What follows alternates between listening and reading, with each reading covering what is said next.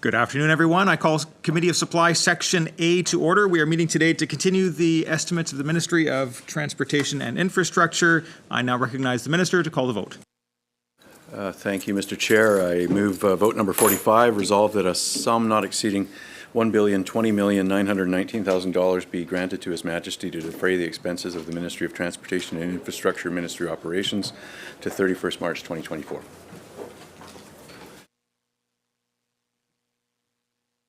Thank you, Minister. I now recognize the member for Skeena. Thank you, Honourable Chair, and thank you to the Minister and the staff for taking the time to answer some questions. I've got an issue in Terrace, and it's regarding the transportation accessibility progress from 2022 to 2023. And it's from the Skeena Valley Senior Society communication. They've spent a lot of time evaluating the needs of seniors and vulnerable people in Terrace as far back as October 17th, 2022. That was on the record. And basically what they're asking for is for the province or the regional district or the Terrace Council to consider requiring the extended times required for the handy dart and a need to increase the number of handy darts to meet the ongoing demand for senior citizens as vulnerable people, including the recommended review of routes and pickup locations. Now, they've done a lot of work and they've done extensive lobbying. They still continue to lobby today, including developing a report that identified 72 issues divided into 5 topic areas. And then the breakdown, they even broke it down into the following: transportation 14%, medical 16%, financial needs 15%, social 25%, shelter 30%. And so they've asked me if I could actually bring this up in the legislature. And their last issue in terms of government correspondence and communications was on February 7th, 2023, where a representative of government related to the City of Terrace, a committee of the whole, reporting on a report, and explained that the province would not be expanding accessible transportation neither this year nor next year. Now, the Senior Society feels there was not a fair evaluation, specifically about the Terrace Handy Dart ridership statistics, and they would appreciate it if the province would review this decision and revisit the Handy Dart, including the reports that the Skeena Valley Senior Society have put together.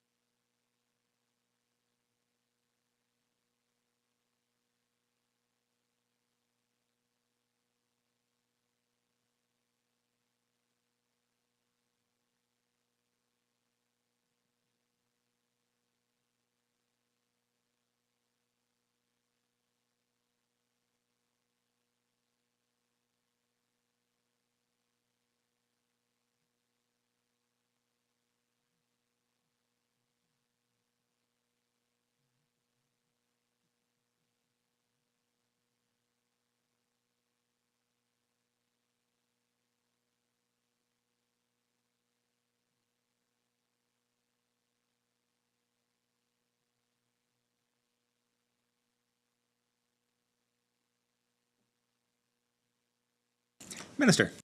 Thank you very much, Mr. Chair, and thank you to the member for bringing this to my attention. I can't reference any correspondence that has come to my office or the ministry, but I've made some notes about the Committee of the Whole report that Terrace had on its agenda and the dates. And what I can say is that all across the province right now, the effort of BC Transit is on recovering Handy-Dart usages from and ridership levels from before the pandemic.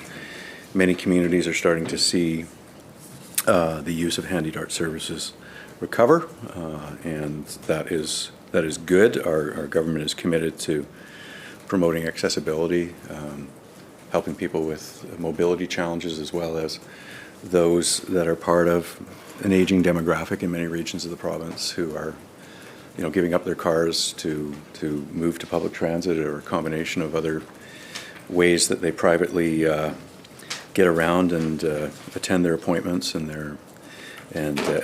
travel in their daily lives. So what I would commit to the member to do is communicate directly through our executive team in my office with BC Transit and get an understanding of the information that may have been sent to Terrace, and I'll endeavor to set up a meeting with the city manager of the city of Terrace so that we can get a better understanding of what they may have heard and what we can actually do in his community.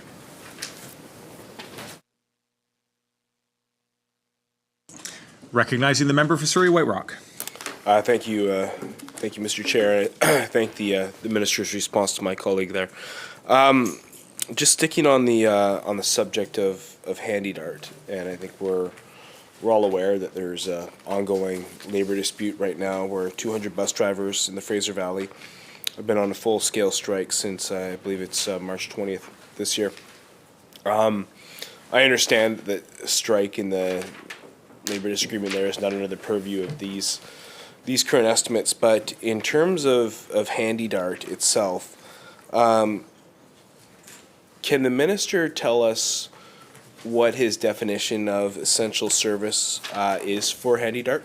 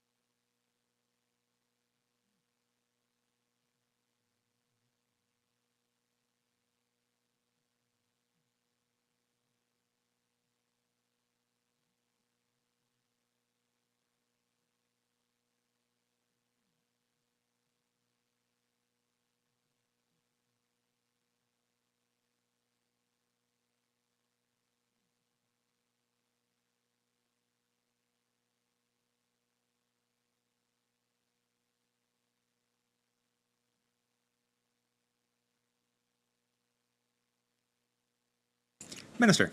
Thank you so much. So to the member, the definition of essential service in any given dispute is determined first by application by a contractor or an employer to the Labor Relations Board.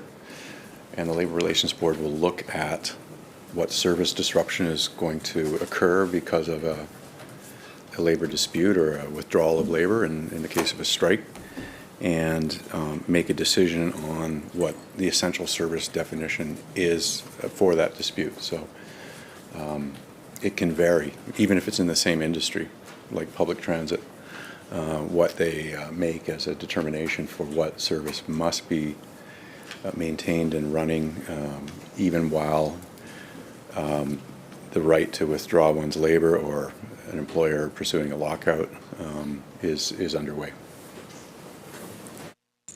Member. Thank you, Mr. Chair. So I'll ask the question again then. What is the definition of essential service for Handy Dart currently? Minister. So as I was trying to say, it varies depending on the dispute. There was a definition in Kelowna where there was a very short-lived, I think, 4-hour dispute. There was a definition in the case of Whistler where there was a labor dispute, and there's a definition in the Fraser Valley. The determination is made by the independent adjudicators who are part of the Labor Relations Board based on a submission by the employer. I can't speak specifically about the Fraser Valley if this was the dynamic that occurs, but often an employer in a private or public sector industry will make a fairly broad application about what is essential. The Labor Relations Board will make the determination on what ultimately they consider to be an essential level of service. Member. Thank you. Thank you, Mr. Chair. I'm going to tell 2 quick stories here. One was brought to my attention by a friend of mine, Ernie Klassen, who's a White Rock City Councillor, local business owner, and proud dad. His son Trevor, adult son, has cerebral palsy and is dependent on the Handy Dart in Abbotsford for his employment. That's where he goes. That's where he goes to his job in Abbotsford. He lives in Abbotsford, works in Abbotsford, and he is dependent on that Handy Dart to get him from his home to his work. That is essential to him. It's essential to pay his rent. It's essential to pay his groceries. It's essential for him to provide for himself. Does the minister not agree with the fact that people using the Handy Dart, a case like Trevor Klassen, who is disabled, is that not essential travel?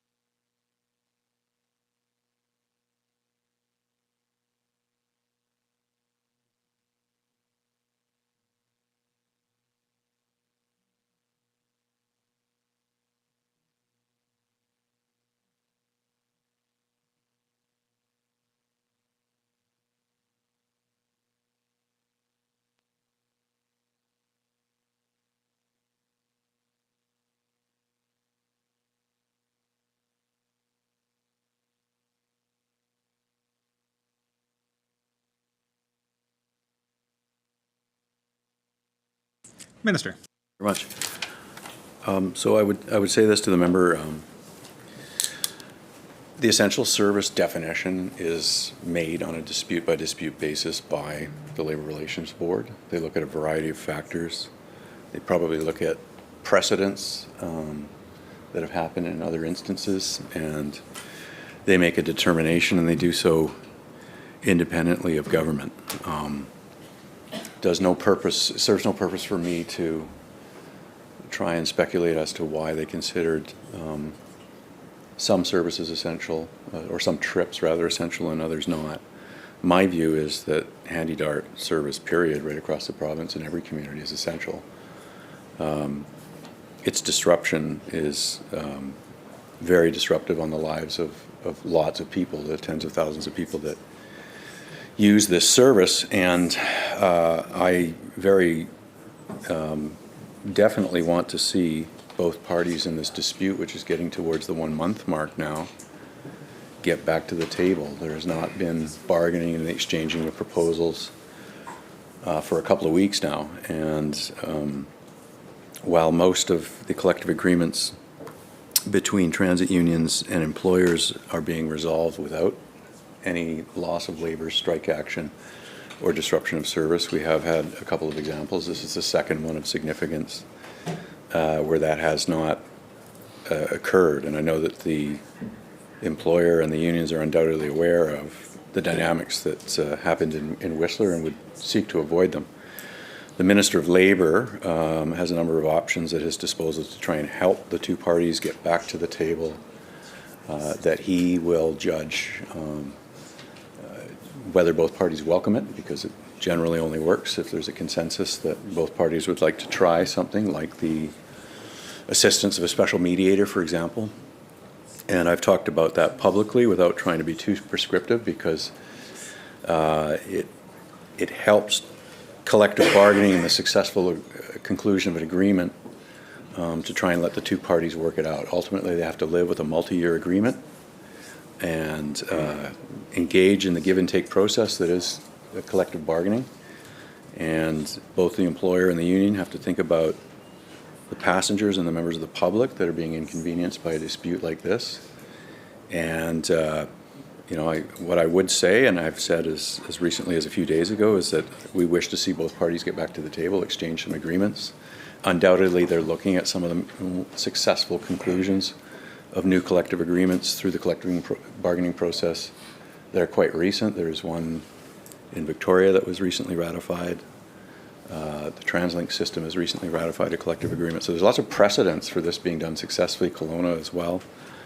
And you can see that there's a pattern out there of settlement. And undoubtedly both parties are aware of this. But they need to get closer within distance of one another to try and achieve the compromises that are part of a multi-year agreement. That's what we support. The Minister of Labour will judge what tools are best to use. In the case of Whistler, and I'll just offer this for some context, that dispute went on far too long. There's no question about that.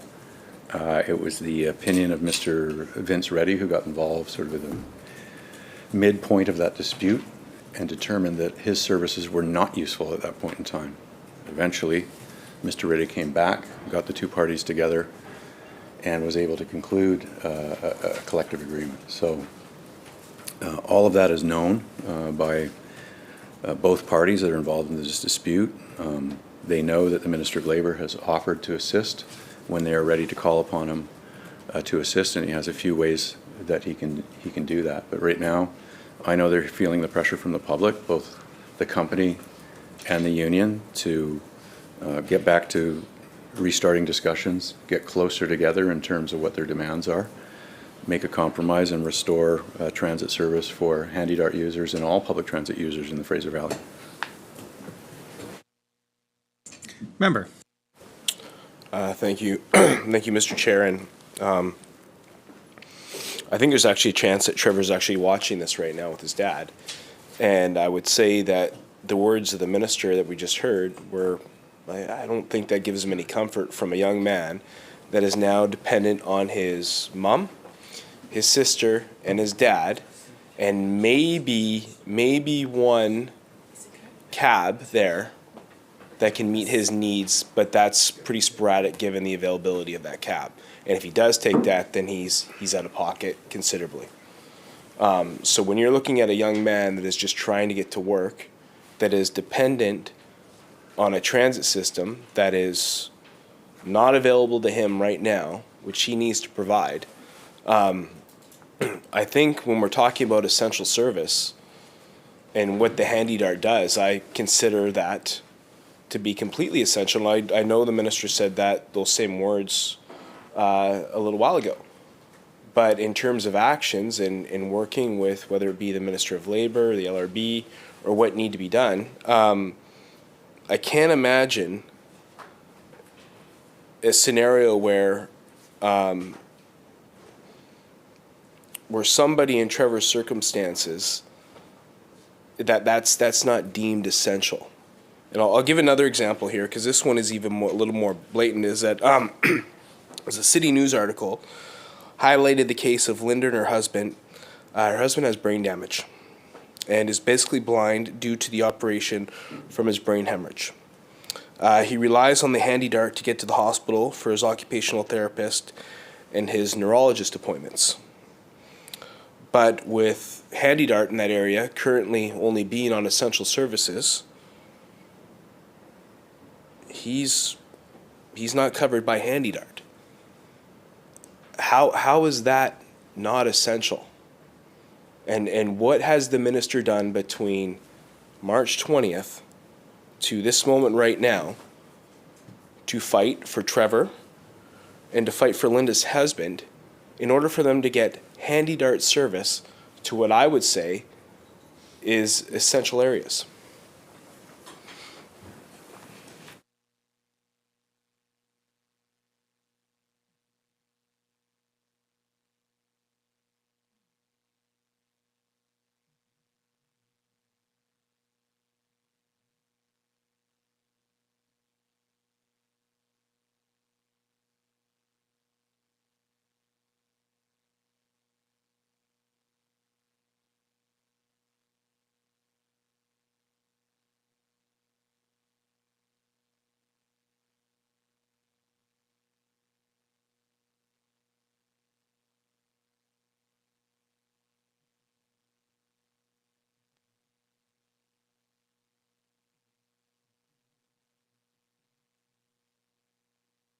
Minister.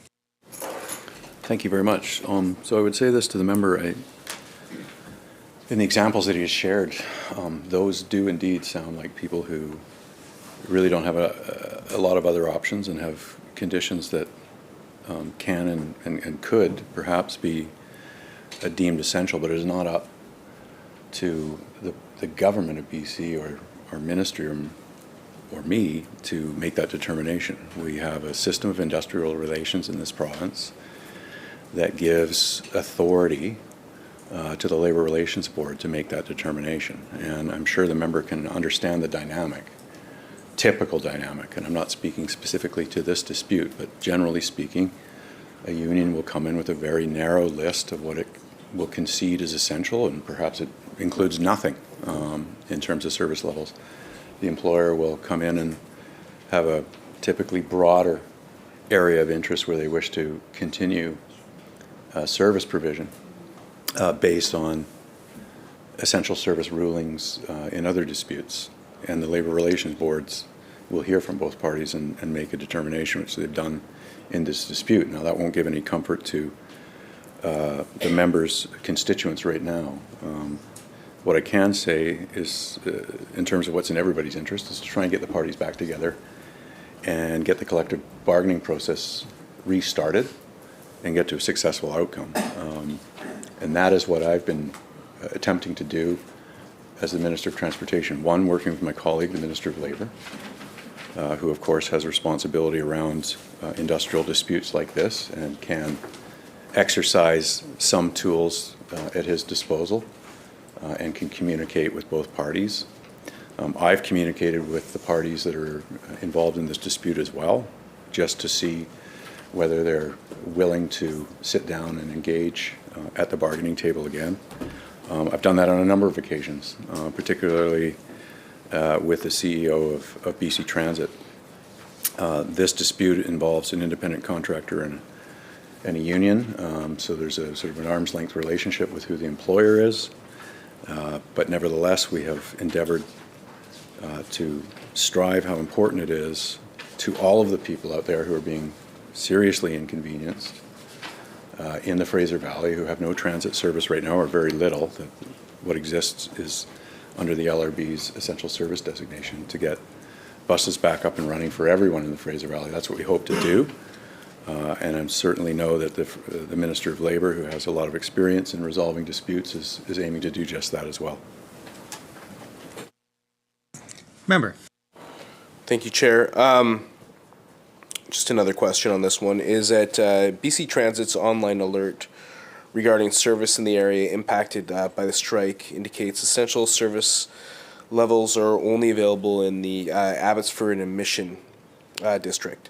So does that mean that someone in Chilliwack that needs the Handy Dart to get to their cancer appointment, or someone in Hope needs Handy Dart to attend their renal dialysis, are they out of luck?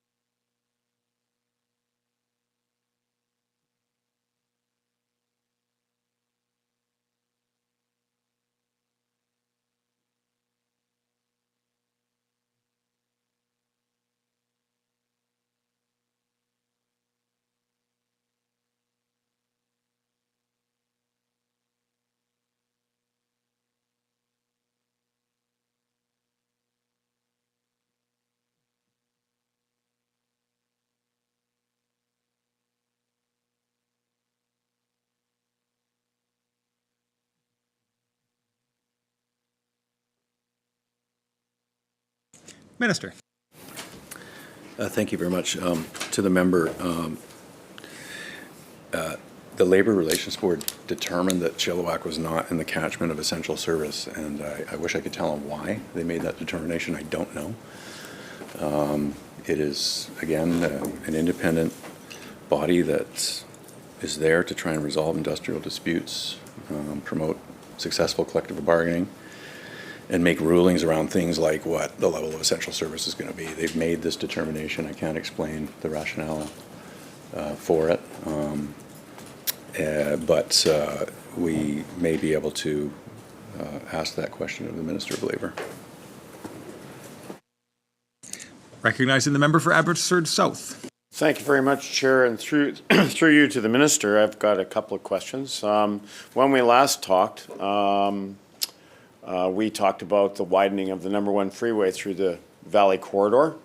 Just to refresh the Minister's memory, back when I was the mayor, way back in 2012, we had an agreement to widen the freeway all the way to Watcombe Road. That probably would have been built already and relieved some of the aggravation that people have on going through there. But that aside, when we last talked about widening the freeway through the Fraser Valley Corridor, the response from the minister is after the floods, we were now going to look at raising the bed of the freeway along the Sumas corridor. So I've got 2 questions on that.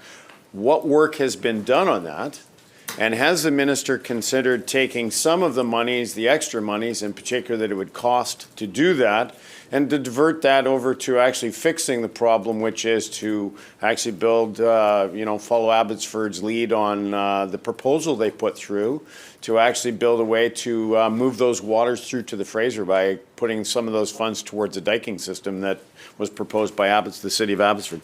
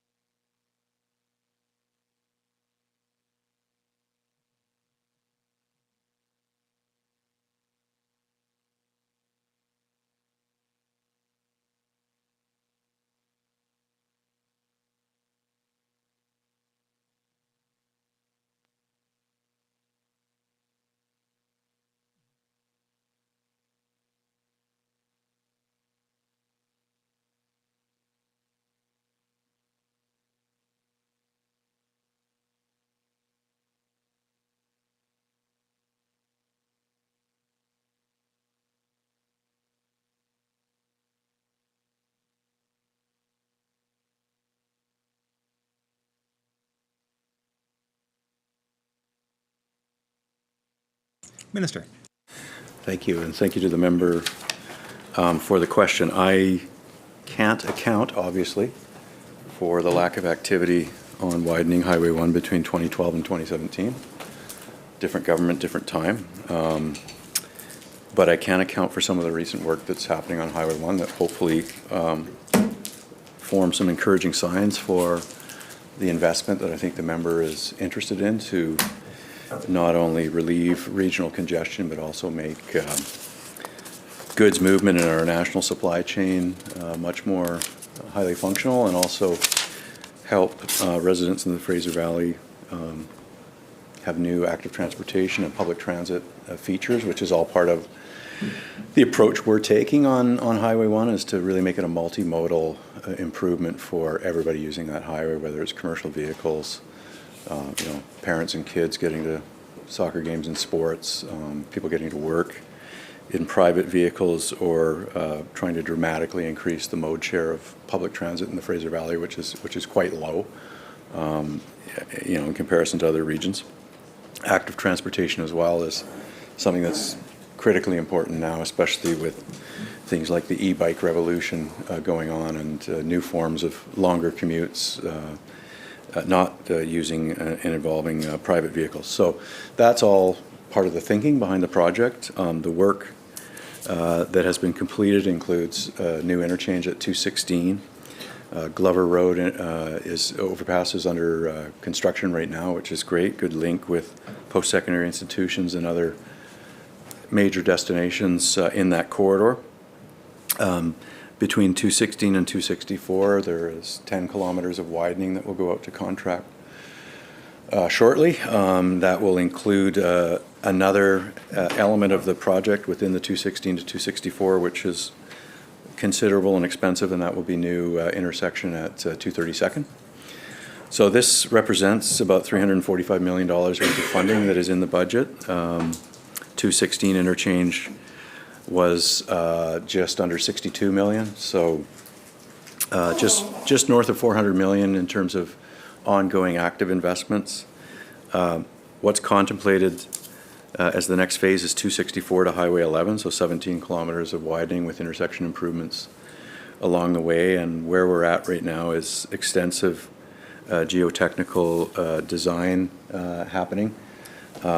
This is expensive in terms of looking at the environmental studies that are necessary to create a durable, widened, more efficient highway, and it involves working with a number of partners who all have goals for the improvement of this highway. I've referenced some of them, but specifically BC Transit, the active transportation community, which involves local government as some of the advocates, working with First Nations as well.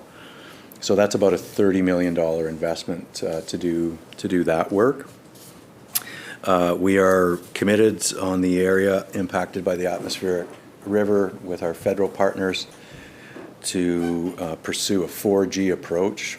Canada, Province of British Columbia, local governments, and First Nations to all be at the table and share a vision for what has historically been an altered watercourse and a drained lake, and a place that, as the member knows perhaps better than anyone here presently, a place of interventions against flooding, so flood control systems. We know we need to make investments to protect us from future extreme weather events, and we know that, of course, from November 2021 and the damage that was sustained and endured by lots of farmers and families living in that region. So we are pursuing an integrated planning process, and I guess the point to conclude on from his preamble is there hasn't actually been any decisions around raising the highway or not. We want to build systems, flood defense systems, that are complementary to one another, not in competition with one another. And some of the work that we're doing is arriving at that, what is the best thing to do, and of course, what is the most cost-effective thing to do will be part of that, and it will have to be very integrated given the rivers on both sides, and where the threats are coming from, and what assets we seek to protect. Member. Thank you very much for the answer. So what I heard, and I would say this to the minister. Yeah, also keeping in mind that I am the critic or shadow minister for emergency management VC and climate resiliency, that to spend monies on one thing, and the minister touched on this, to spend monies on just raising the freeway could actually make things far worse for the food basket that feeds us, which is the most valuable agricultural land in Canada, which is the Sumas Flats. Would not necessarily help that. And I would hope that the ministries would work, that would not silo and actually work together on this to find out what's the best use of the taxpayer dollar in this particular case, and to broadcast that to farmers. But I'll move on to something else.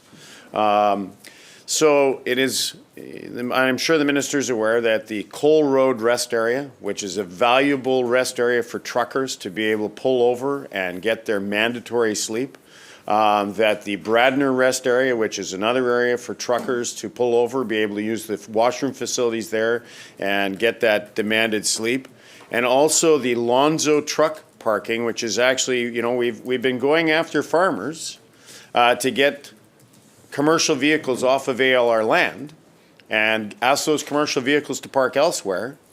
Yet when it comes to the Lonzo Street, which is now the most dangerous, it's now turned into an encampment, as the minister knows, and it's the most dangerous location encampment rather in Abbotsford, according to the Abbotsford Police.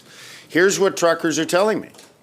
Is that they tried to stop to use the restroom in Cole Road, and they cannot find a place to park because that has now become an encampment with RVs.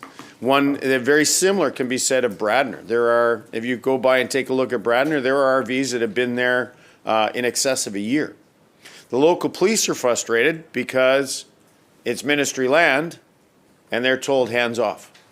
But they can't do anything. They can't intervene unless, and they're at these places almost daily to deal with in cases of violence in some cases, and other disputes that go on there. So they're going there daily, and if you go to Lonzo, there are a number of burnt out vehicles that are just there. I was there. I'm happy to provide the minister. Come on out for a coffee, and I'll take you for a drive. When these truckers phone the Ministry of Transportation, they're told there's nothing that can be done if their telephone call gets answered. So can this minister please explain for us why this is allowed to go on and what phone number truckers should phone when they want to use when they want to be able to do something as park rest, which is mandatory, and be able to use something as simple as a restroom.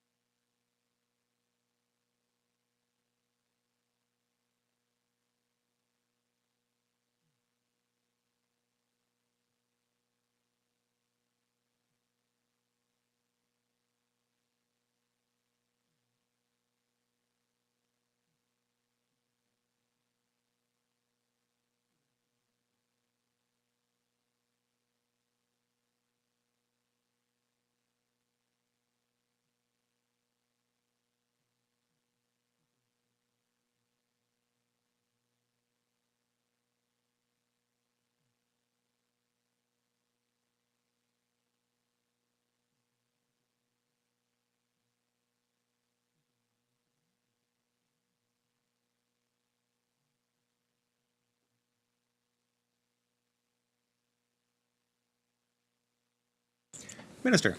Very much, Chair, and thank you very much to the member for the question. I know that it's a frustrating situation to have encampments at rest areas that have, at times, especially during the height of the pandemic, been quite large encampments.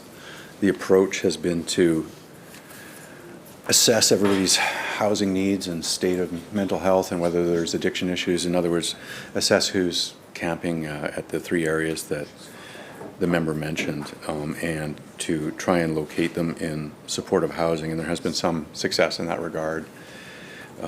Lonzo, I believe, had over 100 individuals at one time. It's at last count, which was March 2023, last month, was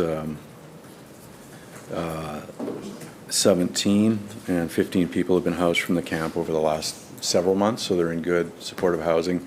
More is underway, some of which is being developed on City of Abbotsford property, working with BC Housing. And that is the goal, is to ensure that these rest areas, once people are housed or otherwise supported and facilitated to be in a more appropriate place, that we reclaim the rest areas, restore them, and also have some gated access and egress, so that they're there for the original purpose, the true purpose, which is to support commercial truckers that need rest. I am really pleased, and we'll probably get into this later perhaps, in estimates that we've worked with the commercial trucking industry and various organizations that are part of that community to fund and make investments, $100 million in the Transportation Investment Plan for rest area improvements on highway corridors around BC, and just under 30 million of that will be part of the first 3 years of investment. So we've heard that areas that do not have flush plumbing or good lighting, and as we've endeavored to repair the Coquihalla, for example, where it's been deemed that there's insufficient pull-off areas and rest areas that are not, up to the 21st century standard that we expect. They even though it's very expensive to install modern plumbing facilities in areas that are that remote, we're going to make those kinds of investments, and it's investments that will be made all across the province. And that really is the plan. I don't know if that will satisfy the member for the purposes of this afternoon, but to continue working with ministries like SDPR, agencies like BC Housing, to get people in a more appropriate place. BC Housing is committed, and they use some peer-assisted cleanup services to clean up these sites twice a month, and that would include the kinds of litter that the member has mentioned, in that case vehicles, and keep the sites as tidy as possible, and continue to work with people who are vulnerable, living in the elements, may have health and or addictions issues, and get them into supportive housing. So those new units are coming in. The province has, in some cases, bought facilities like the Red Lion Inn, and is hoping to even expand on some of the sites that we've acquired to get people indoors and get them in touch with medical professionals, people who are part of the addictions recovery community, and then be able to reinstate the rest areas for the commercial trucking community's exclusive use. Recognizing the member for West Vancouver, Sea to Sky. Oh, thank you, Chair. Thank you. And I'll want to pop back to BC Transit for a second, but before we do, maybe given who you have at the table there, I'll ask you a question about culverts and drainage. It's our understanding, the understanding of the Pemberton Valley Diking District and myself, that culvert cleaning is within the contract, within the maintenance contract, is only required if it essentially potentially affects the integrity of the MOTI infrastructure. So if a block culvert, for example, causes road overtopping and erosion, then certainly it's a responsibility of the contractor to maintain that culvert. But if the culvert is functioning adequately for MOTI's purposes, it's not necessarily maintained. Perhaps I'd put it to the minister right now just to get confirmation that that is in fact a correct interpretation.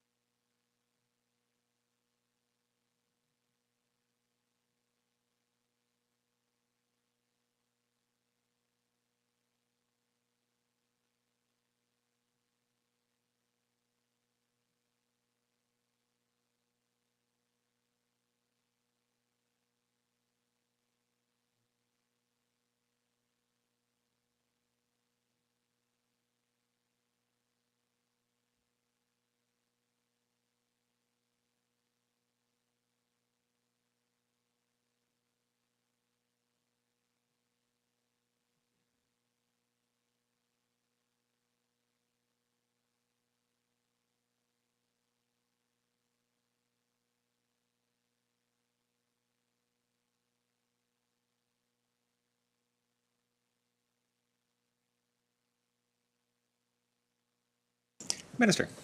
Much. So to the member, talked a little bit about culverts yesterday, but happy to get into it again today. So the ministry maintains and looks after culverts on its infrastructure proactively. It's not just when it's at risk to our road infrastructure, but it's to make sure that the natural flow of water in the hydrological systems around our infrastructure is performing and is not pooling and causing unintended consequences. I am pleased to say that in terms of investment, the side road budget has been significantly enhanced in the budget that's before us here in Estimates Committee. So over the next 3 years, there will be $539 million on side road investment. And just alone in terms of the increase on the budget we tabled last year, budget 2022, it's a $115 million increase relative to what was then a record level of funding on side roads. And in addition to that, we have a new program called Climate Adaptation, where we're making other climate change informed proactive investments to protect areas that are at risk and to install the kinds of infrastructure, culverts and drainage improvements that will keep communities safer. So over the next 3 years, alongside that $539 million investment on side roads, there'll be $80 million worth of climate adaptation investments as well. This program is relatively new. I think last year was one of our first years where we deployed the climate adaptation program, and it funded about 55 resiliency projects in the province of BC, and that fund is ramping up. Last year it was a $15 million funding mark, so that will double by next year. And we know that the province has to shift from just reacting to extreme weather and climate-related events and to start preparing our infrastructure to withstand the kinds of atmospheric rivers that we experienced in 2021. So we've got two things going on to prepare for climate change. One is when we sustain damage, we build back better, and that's certainly in evidence on things like the Coquihalla Highway, Highway 1, Highway 8, and we've talked about that extensively yesterday, so I won't reiterate any of that, but also in communities around BC where hydrology is changing, wildfire impacts are being experienced, and more precipitation is happening in a more concentrated period of time. We need to upsize a lot of our infrastructure so that it can get water away from people's property and damaging road networks that are critical for keeping communities connected, and that's really the idea behind the Climate Adaptation Fund. Member. Chair, and thanks to the Minister for that answer. Although what we're talking about is regular maintenance, we're talking about beavers blocking culverts. And we have we're talking about the water backing up, and maybe the ministry might consider beavers blocking culverts affecting the natural flow, because that is a natural activity. However, it has consequences, and those consequences include certainly Highway 99 is one of the circumstances that I'm talking about, where the flow is no longer free flowing underneath Highway 99. The watercourse backs up, and there are dozens of homeowners whose septic fields are flooded. And this takes place over the course of a month or two. And it's directly as a result of the fact that those culverts are not cleaned out on a regular basis. We have other circumstances where we have a situation from last summer, I guess it was, where going underneath the Pemberton Meadows Road, the natural drainage wasn't taking place. The culvert was blocked, and we had a 40-acre potato field that was flooded, and that really does have a big impact on agriculture and farmers' ability to pay their bills. So I have correspondence from the Pemberton Valley Diking District where they have cleaned one of these culverts, I think 40 some odd times over the course of one season. just because the maintenance contractor just doesn't feel that it's their responsibility because there's no issue with the viability of the road. And so this is why this whole conversation has come up. The Diking District has asked me, well, what's the deal here? Doesn't the contractor have an obligation to keep this thing flowing and keep it clean? How can we let people's fields, agricultural fields flood? How can we let people's septic fields flood? This is just not an acceptable circumstance. So looking for climate action aside, this is just sort of an interpretation of the contract and looking for some clarity from the ministry that there's an opportunity to ensure that the contractor does some of this work, or alternatively, contract the Diking District to clean the to make sure that these water courses are flowing freely.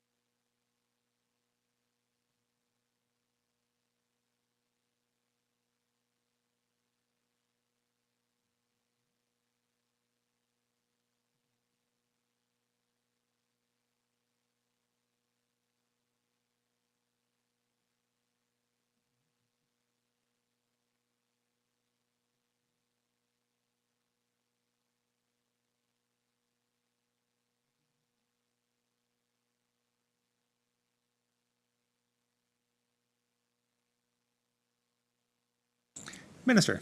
Okay, thank you. So I correctly predicted we might get on to delicious Pemberton potatoes with this member, but I didn't anticipate the beaver problem, which is ongoing and that he's referenced. But I have been informed about some work that is being done with the Pemberton Diking Society. About $150,000 is being invested for some design work and drainage studies to know what the proper interventions are, coordinating with contractors about a plan to remove beaver dams, as well as working with and contracting with trappers, because if you could just remove the dam, sometimes the beavers will return based on past experiences. And there is a drainage design study to also work with the Pemberton Valley Diking District. So once we have that sort of plan, and we'll work on the interventions necessary to keep sort of any risk to Highway 99, as well as property users around the area.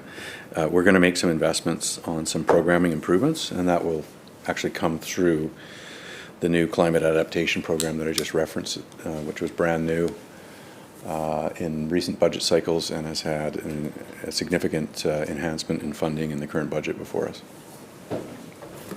Member. Thank you, Chair. Thanks to the Minister for that answer, and we'll certainly follow up on that drainage design study. Drainage is an important issue in the region, so thank you for that. Although I'll still continue to look for where the area of responsibility lies. Whose responsibility is it to maintain some of this infrastructure? And I think there's a disconnect between the contractor and perhaps Modi staff. But if I might, I'm going to switch back to transit for a couple minutes here. And I'll take this opportunity to respond to the Minister's comments prior to the lunch break.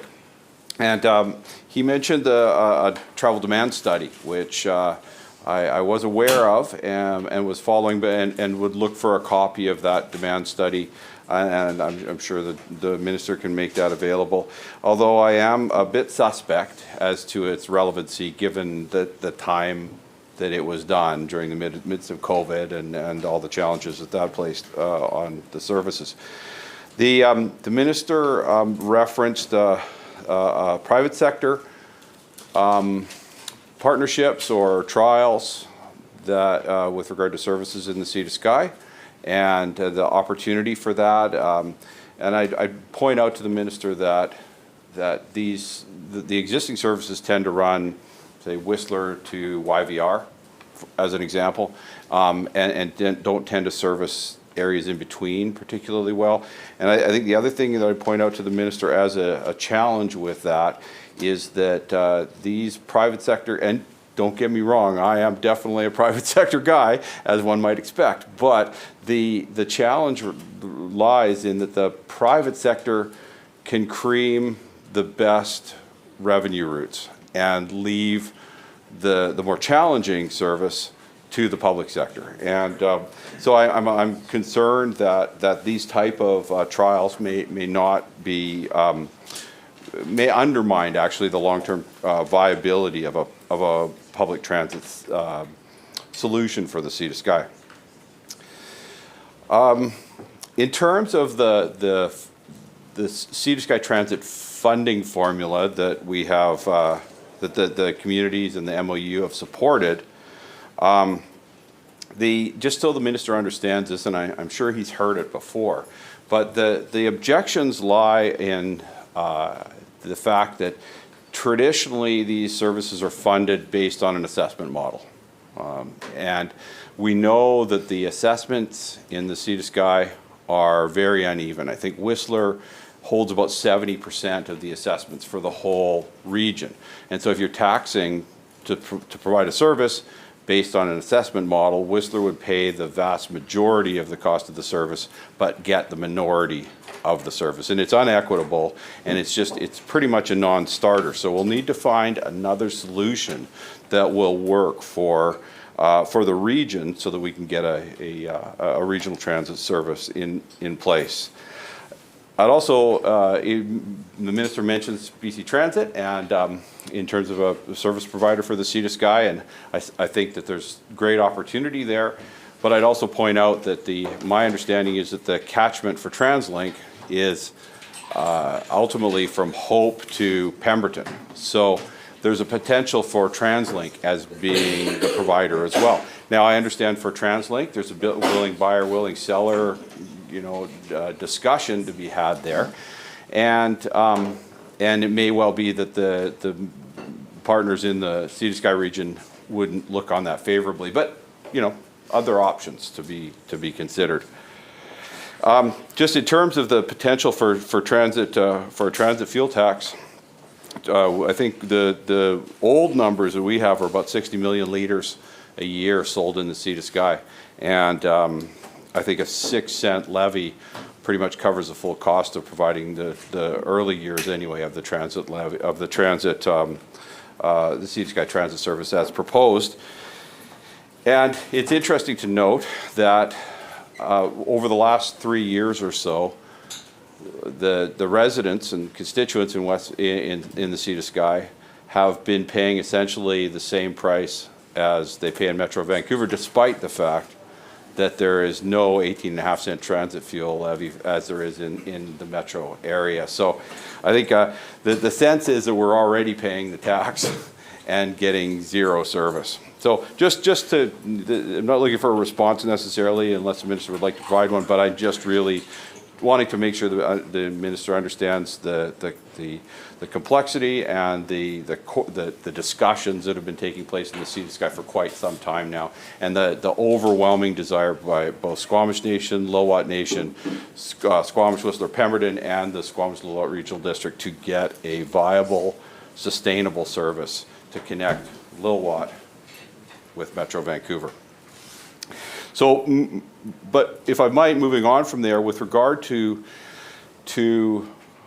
local services, both the RMOW and the District of Squamish have both let me know that they have fully funded their share of their service expansion, internal service expansion demands. The mayor of Squamish, the new mayor of Squamish, told me he has money sitting in the bank, just set aside for providing those services, and he's getting no uptake from BC Transit to increase the services, and they're looking for things like additional services to Brackendale and the Highlands.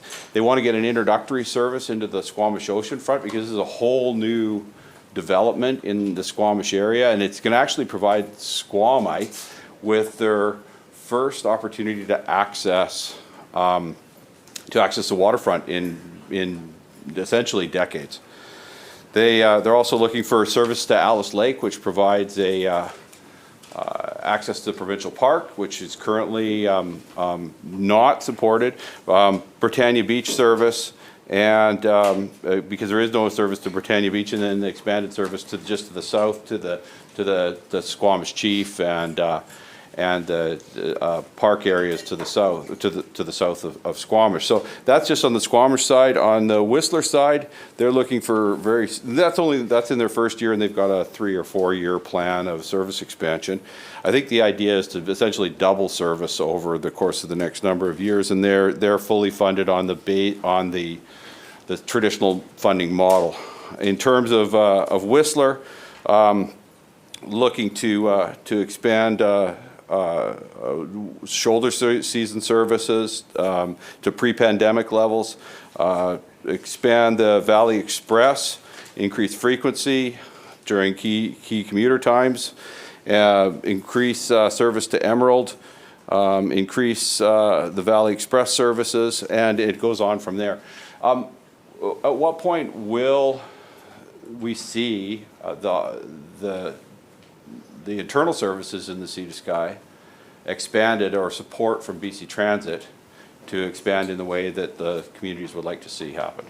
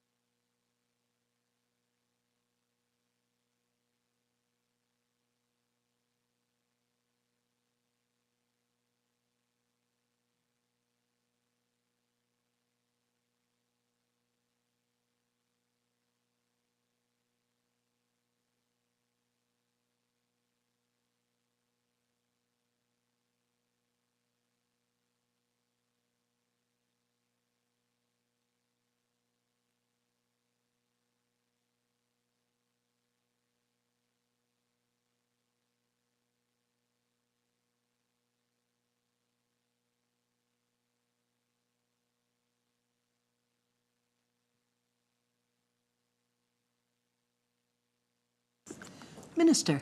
Thank you so much, Madam Chair. Thank you to the member for his question loaded with facts and a lot of observations from a lifetime living on this corridor, which has seen a lot of change over time and has had a lot of investment on highway improvements related to the 2010 Olympic Games and all of those things, and Squamish, of course, experiencing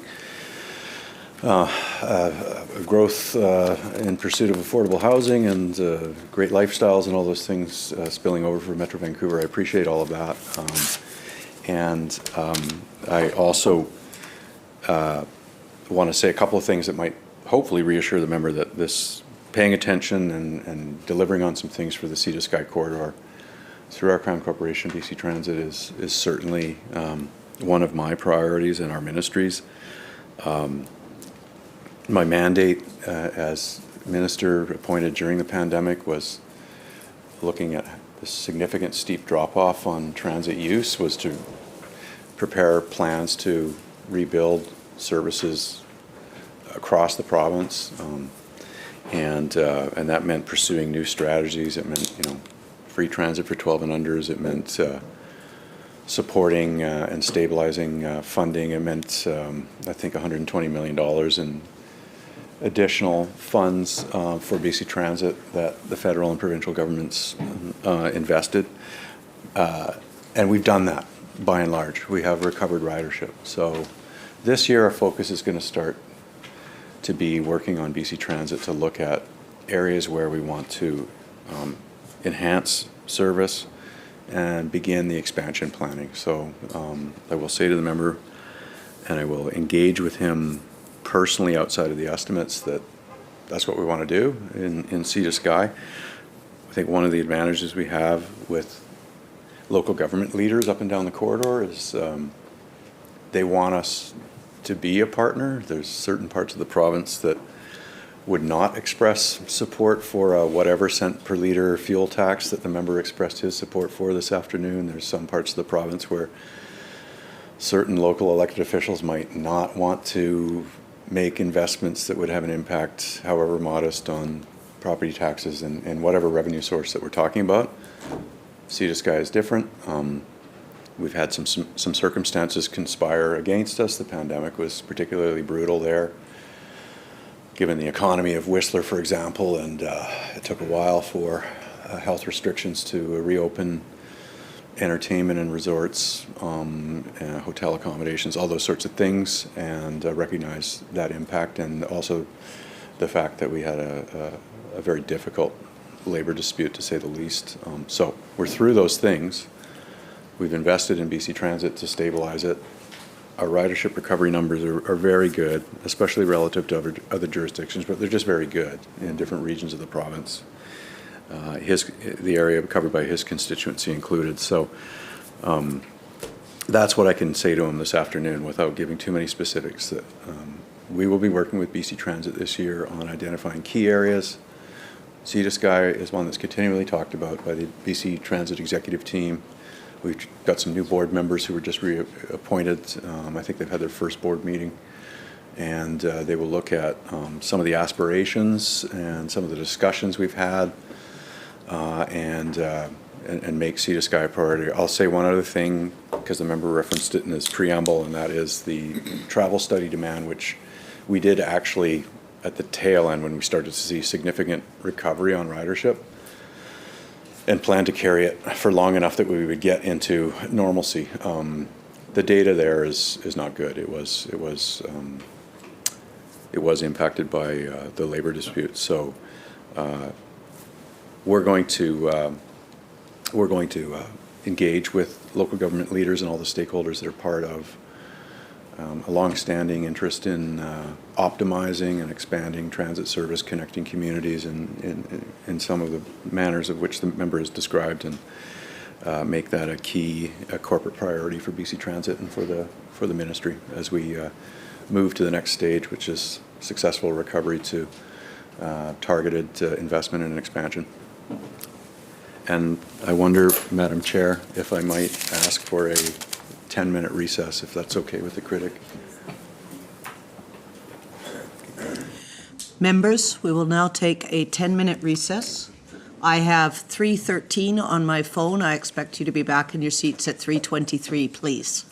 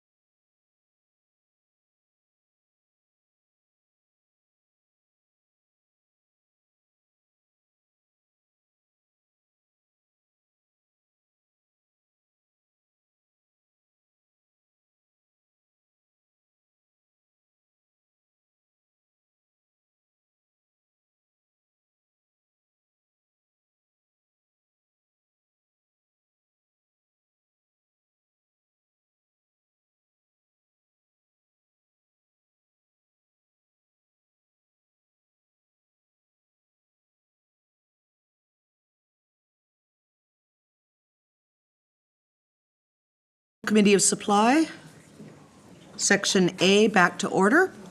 We are currently considering the budget estimates of the Ministry of Transportation and Infrastructure. And I now recognize the member for West Vancouver Sea to Sky. Thank you, Chair. If I might just read into the record just some questions on notice, if I might. Because I have to move on to BC Ferries, but the RMOW was looking for a priority bus lane or some sort of opportunity to create a bus lane on the Sea to Sky in Whistler, and the sort of the status of that.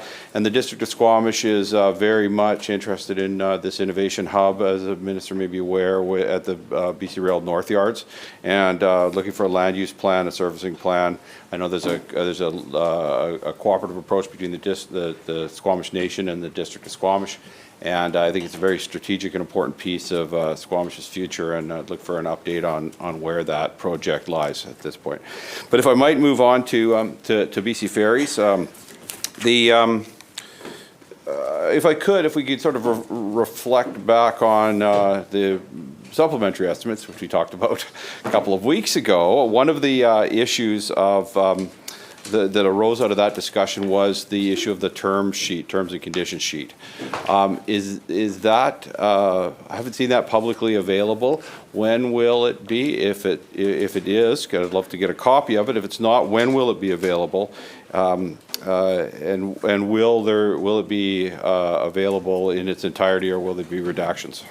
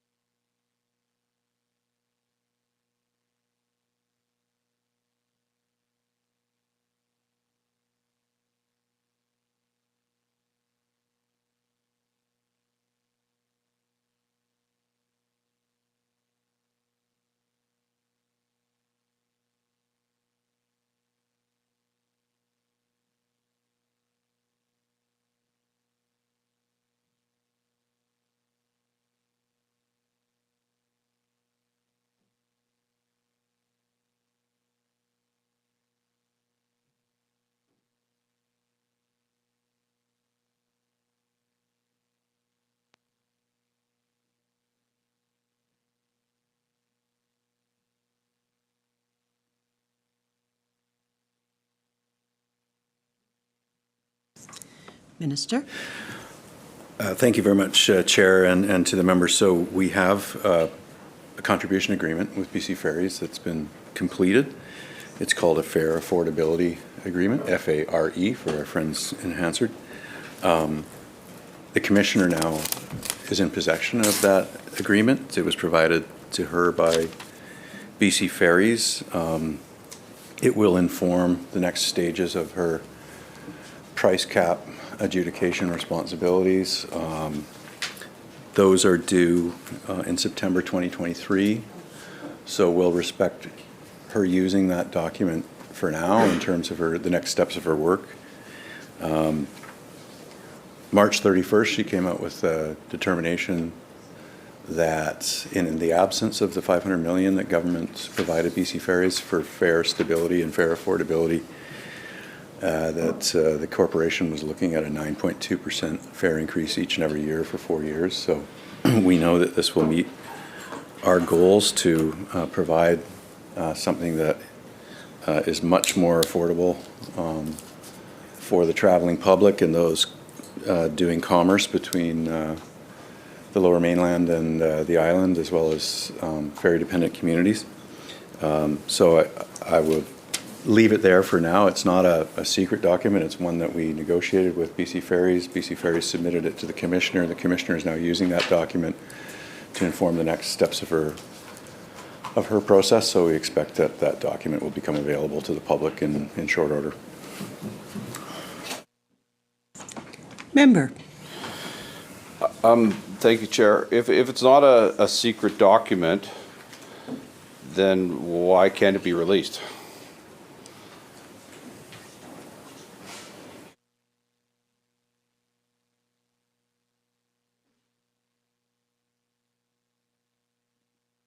Minister. So our intention is to make it public. It's been provided to BC Ferries, agreed to with BC Ferries, and provided by BC Ferries to the Commissioner. So I can't give the member an exact date when it will be made public, but we expect that it will in the not too distant future. There will be no surprises, I don't believe, for the member in terms of the content of the agreement.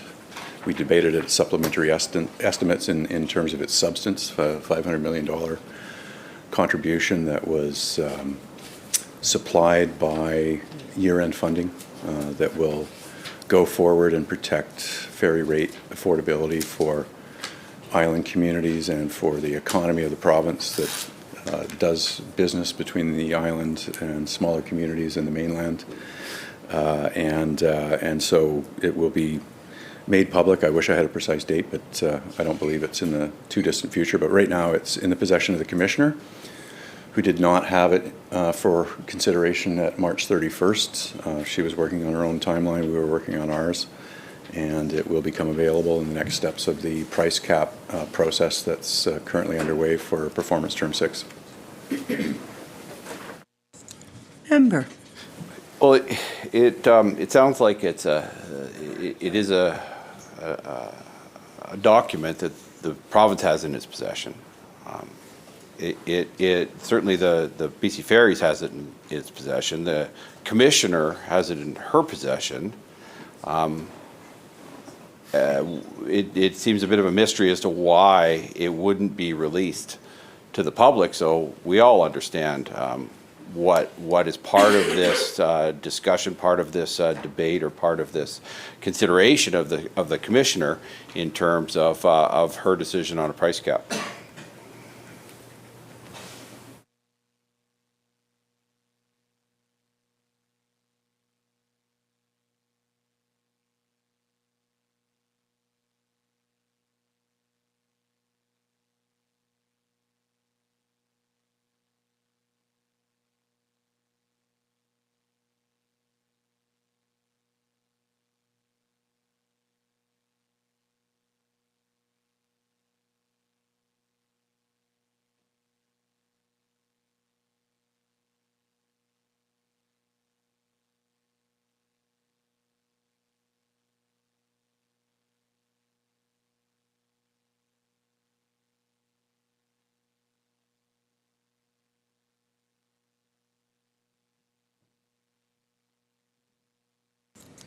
Minister. Thank you very much. So And the member will know the content and the substance of the agreement. It's $500 million. It's designed to promote fair affordability, to reach fare increases at 3% or less. The preliminary ruling that she provided on March 31st projected 9.2% for all of the reasons we've discussed. Deferred capital, the need to build vessels, improve BC Ferries facilities, account for fuel and labor price increases, all of those sorts of pressures that are putting inflationary pressure on transportation operations, not just ferries, but airlines, railways, all of those sorts of things.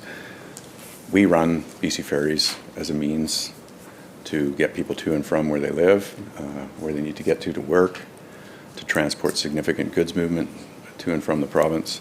So the commissioner has had it for about 3 weeks. She's running a public process right now, which the members' constituents can participate in.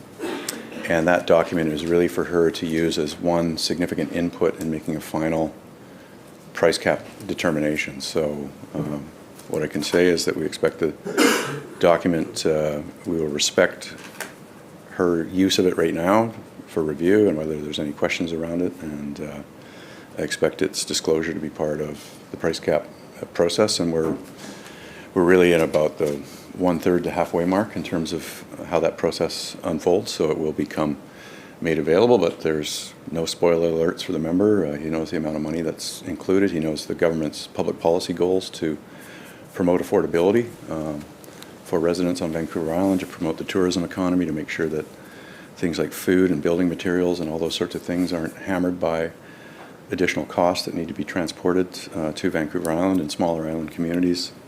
And that's where it rests right now. And in due course, I'll make sure that the member has a copy, but in respect of the commissioner and her independence and her use of that document right now to come to her legislative requirement to come up with a final price cap determination, that is where it is at right now. And the process just needs to unfold a bit further before we have an idea of what her thinking is, and also for the public and communities that rely on the ferry service to have, and ferry users to have, and ferry advisory groups to have additional input on the process. Member. Well, I would certainly agree with the minister that it's an opportunity for the public to have additional input on the process. Albeit the public is the only party that doesn't have access to the information that has been provided. If it shouldn't come as any surprise, then it shouldn't come as any surprise what's in the document. So I don't see certainly the harm in making it public, and it could inform the public as to specifically what the ministry is trying to achieve, and the public may well have some advice, some input, some thoughts on how that money should be allocated. I think it's critical that information becomes public, and so it can inform the public feedback to the commissioner. And I guess I'd say that, so my expectation of what I'm getting from the minister is that we'll be lucky to see it sort of when the final price cap comes out, is sort of what I'm hearing.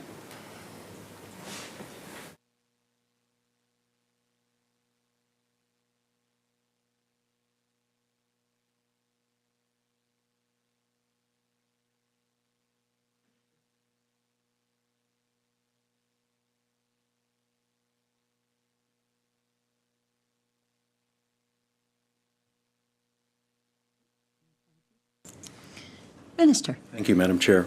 So to the member, there is no harm in making this public, and it's the full intention to make this public. What I've said is that in respect to the commissioner and her very serious undertaking that is legislated, and in respect to the public that are part of providing feedback on what the goals of the new performance term 6 should look like, that we'll leave that with her for the time being, and I see no reason why, say by July 1st or so, that document won't be made public, and there will be no surprises in it at all. I mean, we had a debate in this chambers about the amount, what its intended purpose was. The commissioner is going to look at a whole bunch of inputs. It was a very voluminous submission by BC Ferries Corporation on why they think they need to raise an additional amount of money, or what they need to secure as revenues, what their expenses will look like going forward. And the province, it's not the first time we've done this. I think 2011, there was a prepaid contribution agreement by the province at that time, albeit with a couple less zeros. I think it was 5 million at the time.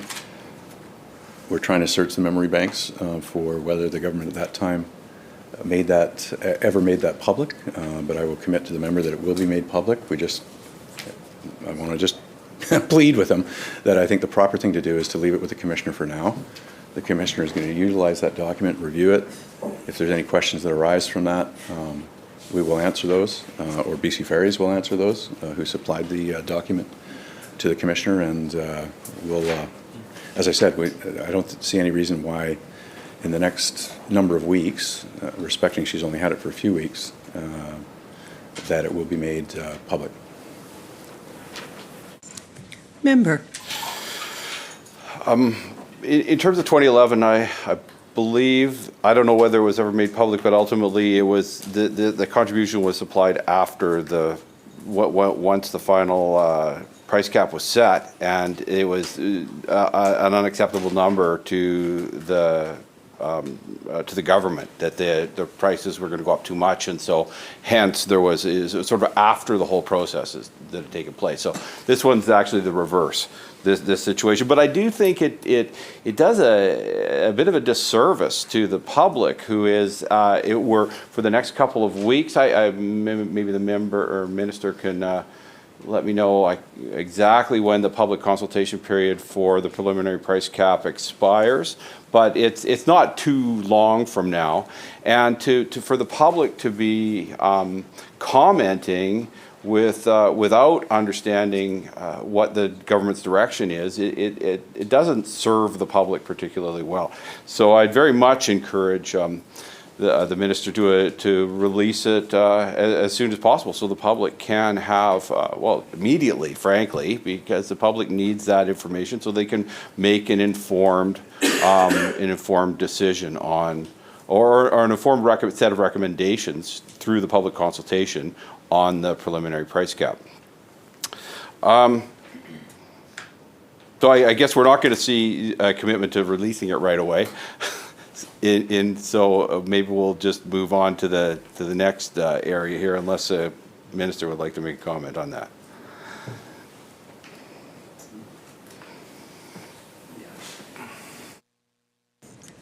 Minister. Thank you. So I think what the member might want to recognize and understand is what the public cares about is cost pressures on their family budgets and the cost of doing business. And us living as a government in a global economic system where inflation is at a record 40-year high, which we hope central banks and others that are in charge of fiscal and monetary policy will help reduce and get back to a more predictable, lower rate of inflation.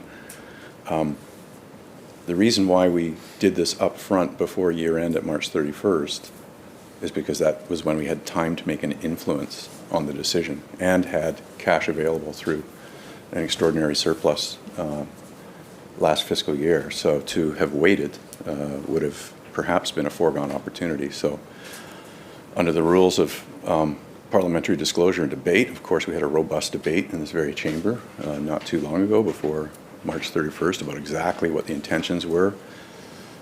We have not kept any of our goals a secret. In fact, we have proclaimed them quite loudly, that we care about island communities. We don't want them to be ravaged by inflation, and in this case, exceptionally high increases in transportation costs to Vancouver Island and smaller island communities that would have made housing less affordable, would have made food on the grocery store shelves less affordable. We want to take action, and we did. So I know that there is significant public support out there, and the member can quibble about a few things, but I have tried to tell him that in due course, which is not very long from now, the commissioner is going to take all of the inputs, everything she's heard from BC Ferries, the contribution agreement for fare affordability that our government negotiated with BC Ferries, and make recommendations that are going to make life a lot more affordable than if we'd stood by and done nothing for 800,000 people that live on Vancouver Island and tens of thousands of others who live in other island and ferry-dependent communities. So that's where we're at, and that's the commitment I made to him, is that it will be made public. But in respect to the Commissioner and her independent role, it rests with her right now. It was supplied by BC Ferries, not by the government. We're a party that negotiated that agreement, and it is definitely in the public realm in terms of the discussions that are happening, and the member can go to island communities and look in the black press and other news sources and see that this is very much an item of public discussion that is informing the public inputs and feedback that the Commissioner is seeking right now. And when that process is completed in July, she will release additional information to the public, including the fare affordability agreement that the government and BC Ferries Services Incorporated negotiated. Member. Well, I'm afraid we'll have to agree to disagree on that. I believe that the public has it's in the public interest to understand what's in there, and to take this opportunity to provide feedback to the Commissioner while that opportunity arises, not commenting after the fact. But more traditionally, the process is that the company makes a submission to the Commissioner. The Commissioner is looking back on the various previous performance terms. It seems that the Commissioner almost invariably pushes back on what the company's asked for, and hasn't agreed to what typically doesn't agree to what the company asked for right off the bat.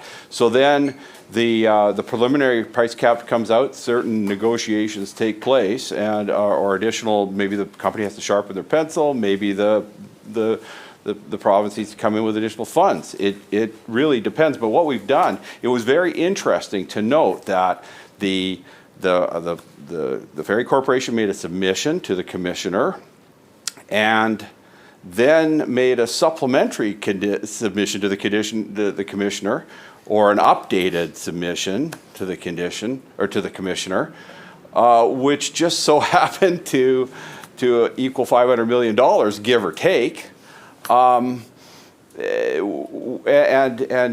it just doesn't seem like a very logical process. It doesn't seem like the best opportunity to get value for the taxpayer dollars. After the fact, the opportunity for the province to come in later and say, well, we're going to bump up the contribution, seems like a better approach to getting value for taxpayer dollars. Minister. Let's look at the logic of what the member has just argued. He's argued that when we had surplus funds and we're in a position to supply the company proactively, knowing what was coming down the pike, record levels of inflation ravaging almost every country globally, constituents like his and mine, concerned about food prices, concerned about how we get more housing starts happening, how materials are shipped, concerned about fixing broken supply chains, of which BC Ferries is a principal part. His argument, if I've just heard him correctly, is we should have waited and not done it when we were in a cash positive position to make a contribution that would give security and affordability to 2028. We should have waited for the next fiscal year when we tabled a deficit and then borrowed at borrowing costs. That would have been better value for the taxpayer? I don't think so. I think the way we have done it is the way that was the most appropriate way to do it, based on the fiscal strengths and the position that we were in at year end, to prepay that and to have a discussion with BC Ferries. We went through that in an extensive debate. We knew where they were coming in at. We knew that the Commissioner would do exactly as the member suggested, which is not agree to 100% of everything that was in the submission, and that is in fact what was part of the preliminary decision. But now we want to get towards our 3% or less target, and we know that we will, based on the preliminary decision. There's still a lot of work to do, but this contribution agreement is available now to make a positive influence on what the final price cap decision is. I don't think the better way to do it would have been to have waited until after the fact and then borrowed money in a deficit year instead of prepaying it in a surplus year. Member. Well, at the end of the day, it doesn't really make any difference to other than a political perspective on whether there is, whether you're running a bigger deficit or a smaller deficit. Because at the end of the day, you pay off that $500 million, you can borrow it again later if you need to. And it looks like interest rates are actually dropping, so you might even be able to borrow it at a lesser cost. But I guess we'll never know. We will never know what the preliminary price cap could have been in the absence of a $500 million contribution. We will never know because the process was contaminated right from the beginning. But listen, in terms of the government contribution, $500 million aside, looking back at the annual reports, it looks like in 2020, the provincial contribution to the ferry service was $215 million. And in 2023, it's $200.6 million. And in 2024, it's $200.7 million. So is it accurate? It looks like the provincial contribution on the annual contribution has gone down by some $15 million in the last several years.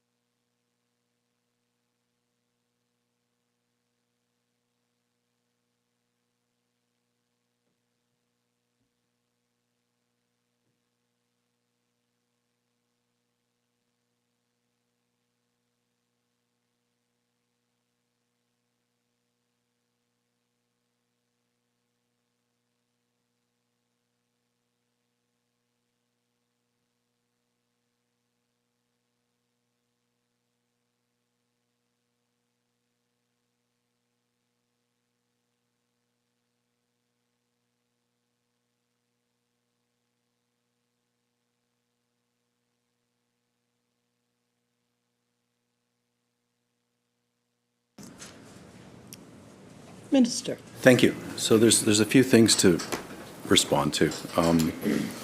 One is, maybe it's best to quote the Ferry Commissioner from her news release dated March 31st, where she says the $500 million will be taken into account prior to finalizing the price cap on September 30th. So it wasn't taken into account during her preliminary work, but was noted that there was an agreement being discussed. She very positively says certainly the $500 million will help alleviate a significant amount of pressure facing our ferry system. So those are the words of the Commissioner. So it's a positive development that was not accounted for in the preliminary price cap, but will be part of the price cap determination that will be ratified on September 30th. I'm not going to comment on the member's advice that we should have done it later in a fiscal year where we would have to borrow the money rather than prepay it at an interest-free contribution agreement, because I just don't think that has any economic logic to it. I'll leave it there. But I would also say that he's wrong on his assertion that annual funding, the ferry service fee, has gone down. It has not. We're in the last year of performance term 5. Right now we're at about 194, I think going up to 195 million right now. That's a significant, about $23–24 million a year increase from the previous performance term, and it's a significant increase on the performance term before that. So there is no $15 million reduction. I don't know where the member is getting that from. It is in fact a performance term stable agreement on contributions that was a significant enhancement on the previous performance term, and it funded a number of things, like a 15% reduction on small routes for ferry-dependent communities, which obviously came in handy, especially during the pandemic. It also funded the restoration of things like seniors' free travel Monday to Thursday, which was very popular with the public. So there's a number of positive enhancements that happened in the last performance term, and the main challenge that we endeavored to solve, knowing what we were facing for performance term 6, was to make a contribution that would get things not from the unnatural 40-year high rate of inflation that would have been upon us had we done nothing, but to steer positively a direction towards affordability for all island and ferry-dependent residents that got it to something at 3% or below. In other words, much closer tracking to the historically low rate of inflation that has been part of most industrialized economies, ours included, for the last 3 decades.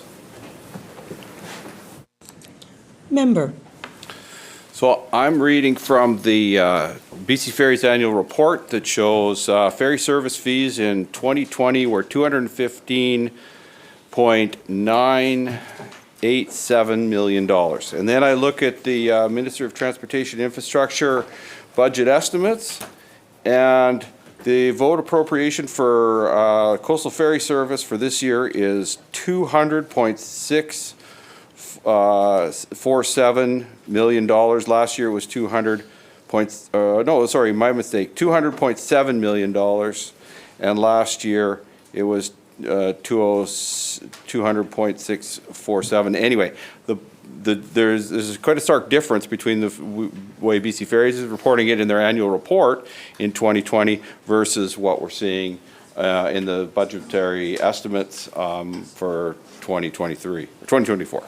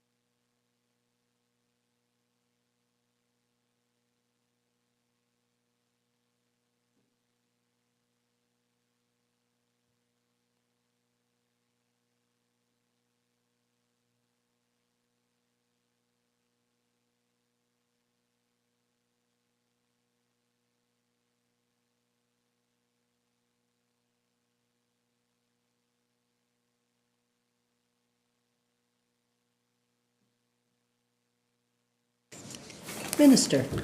So thank you. So I wish perhaps that we were working from the same documents. I'm going to work from BC Ferry's submission, page 59, that has a line item, which is government's core provincial funding to the ferry service.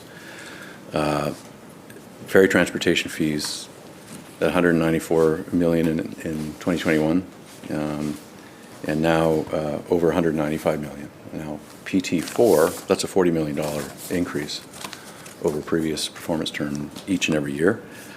There's also some detailing on the page 59 here of safe restart funding, so extraordinary money invested by the federal and provincial governments to stabilize it, and net earnings that far surpass the anticipated losses. So we're actually in a place of good news, despite all the challenges around rising fuel, labor costs, and operational costs of the ferry service that led us to take the action that we did.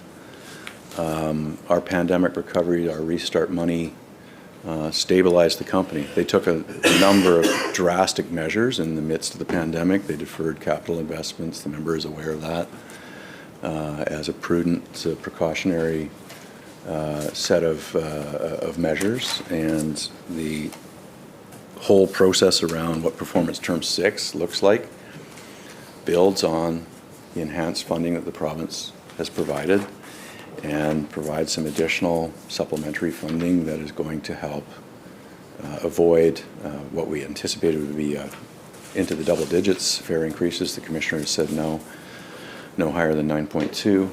That 500 million is now going to draw it down to no higher than 3%, and hopefully significantly less between now and 2028. And that's going to be beneficial to hundreds of thousands of people that are part of the economy, small business owners that depend on ferry services going back and forth, workers coming to work on projects on Vancouver Island and vice versa, goods movement that are part of the retail environment, and supplies that support manufacturing activities on the island.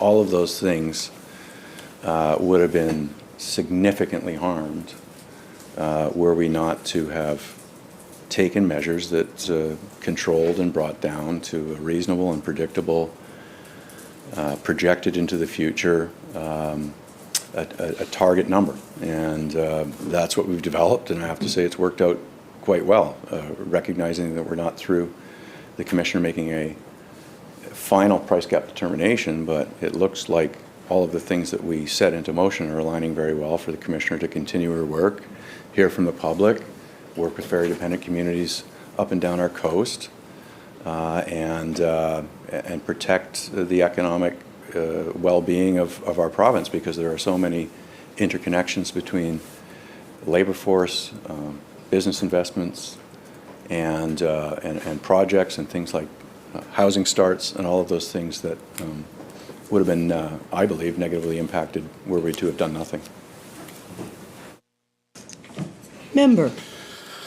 Well, speaking of planning for the future, I might not have this number quite right, but I understand that BC Ferries has a series of bonds that are going to come to maturity and will need to be paid off or some other mechanism within, I think, in the early 2030s.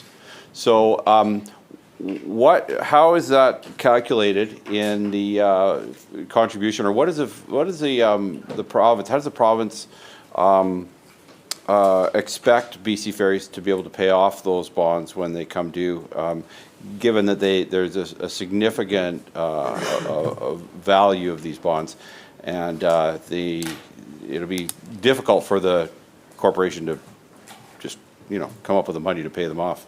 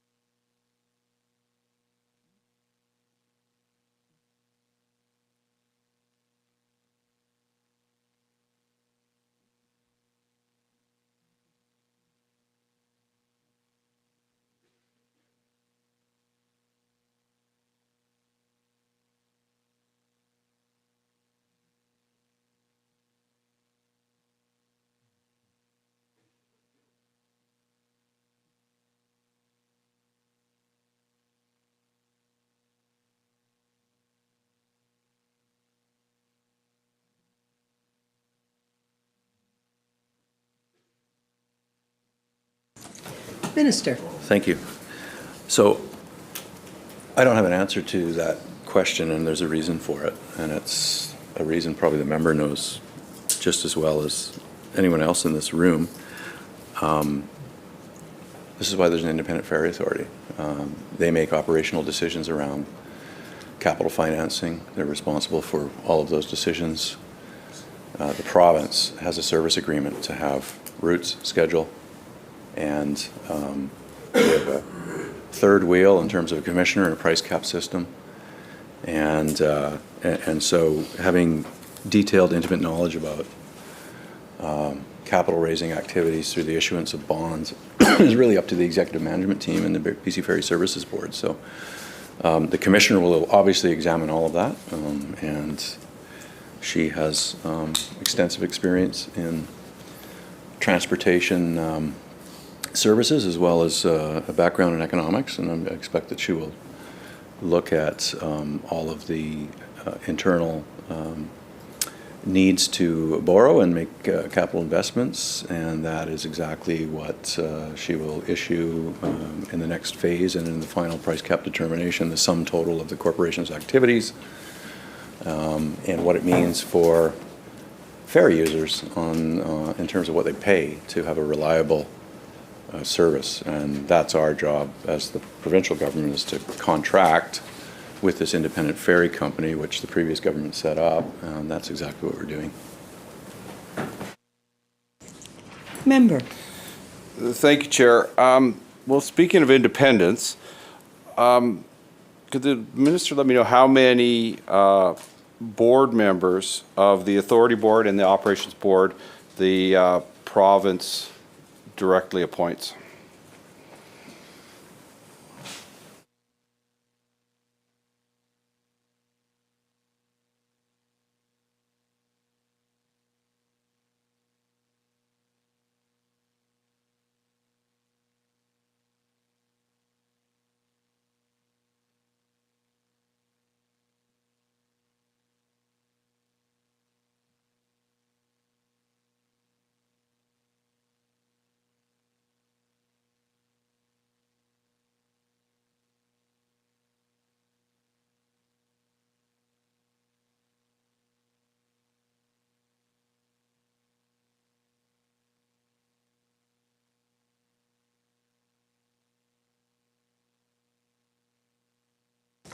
Minister. Thank you so much. So I think I know that the member knows the answer to this. BC Ferries Authority, the province appoints 4 of 9 directors and 0 of 9 of the BC Ferry Services Board. Member. Yeah, thank you. Yeah, for the authority board, 4 plus I guess there's a, well, they don't appoint the labor representative, but there is a labor representative there. And then the other 4 members are appointed by the province as well through referrals from local communities. Is that not correct?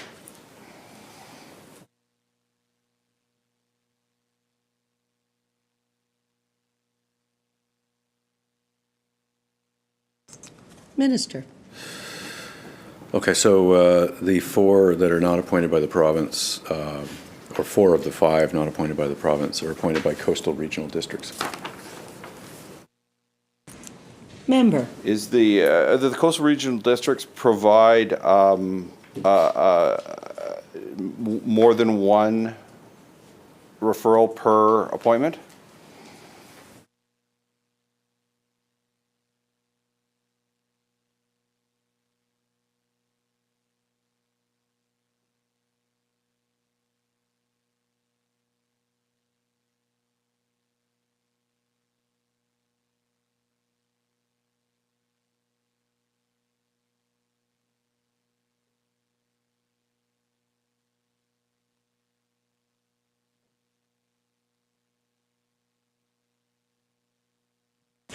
Minister.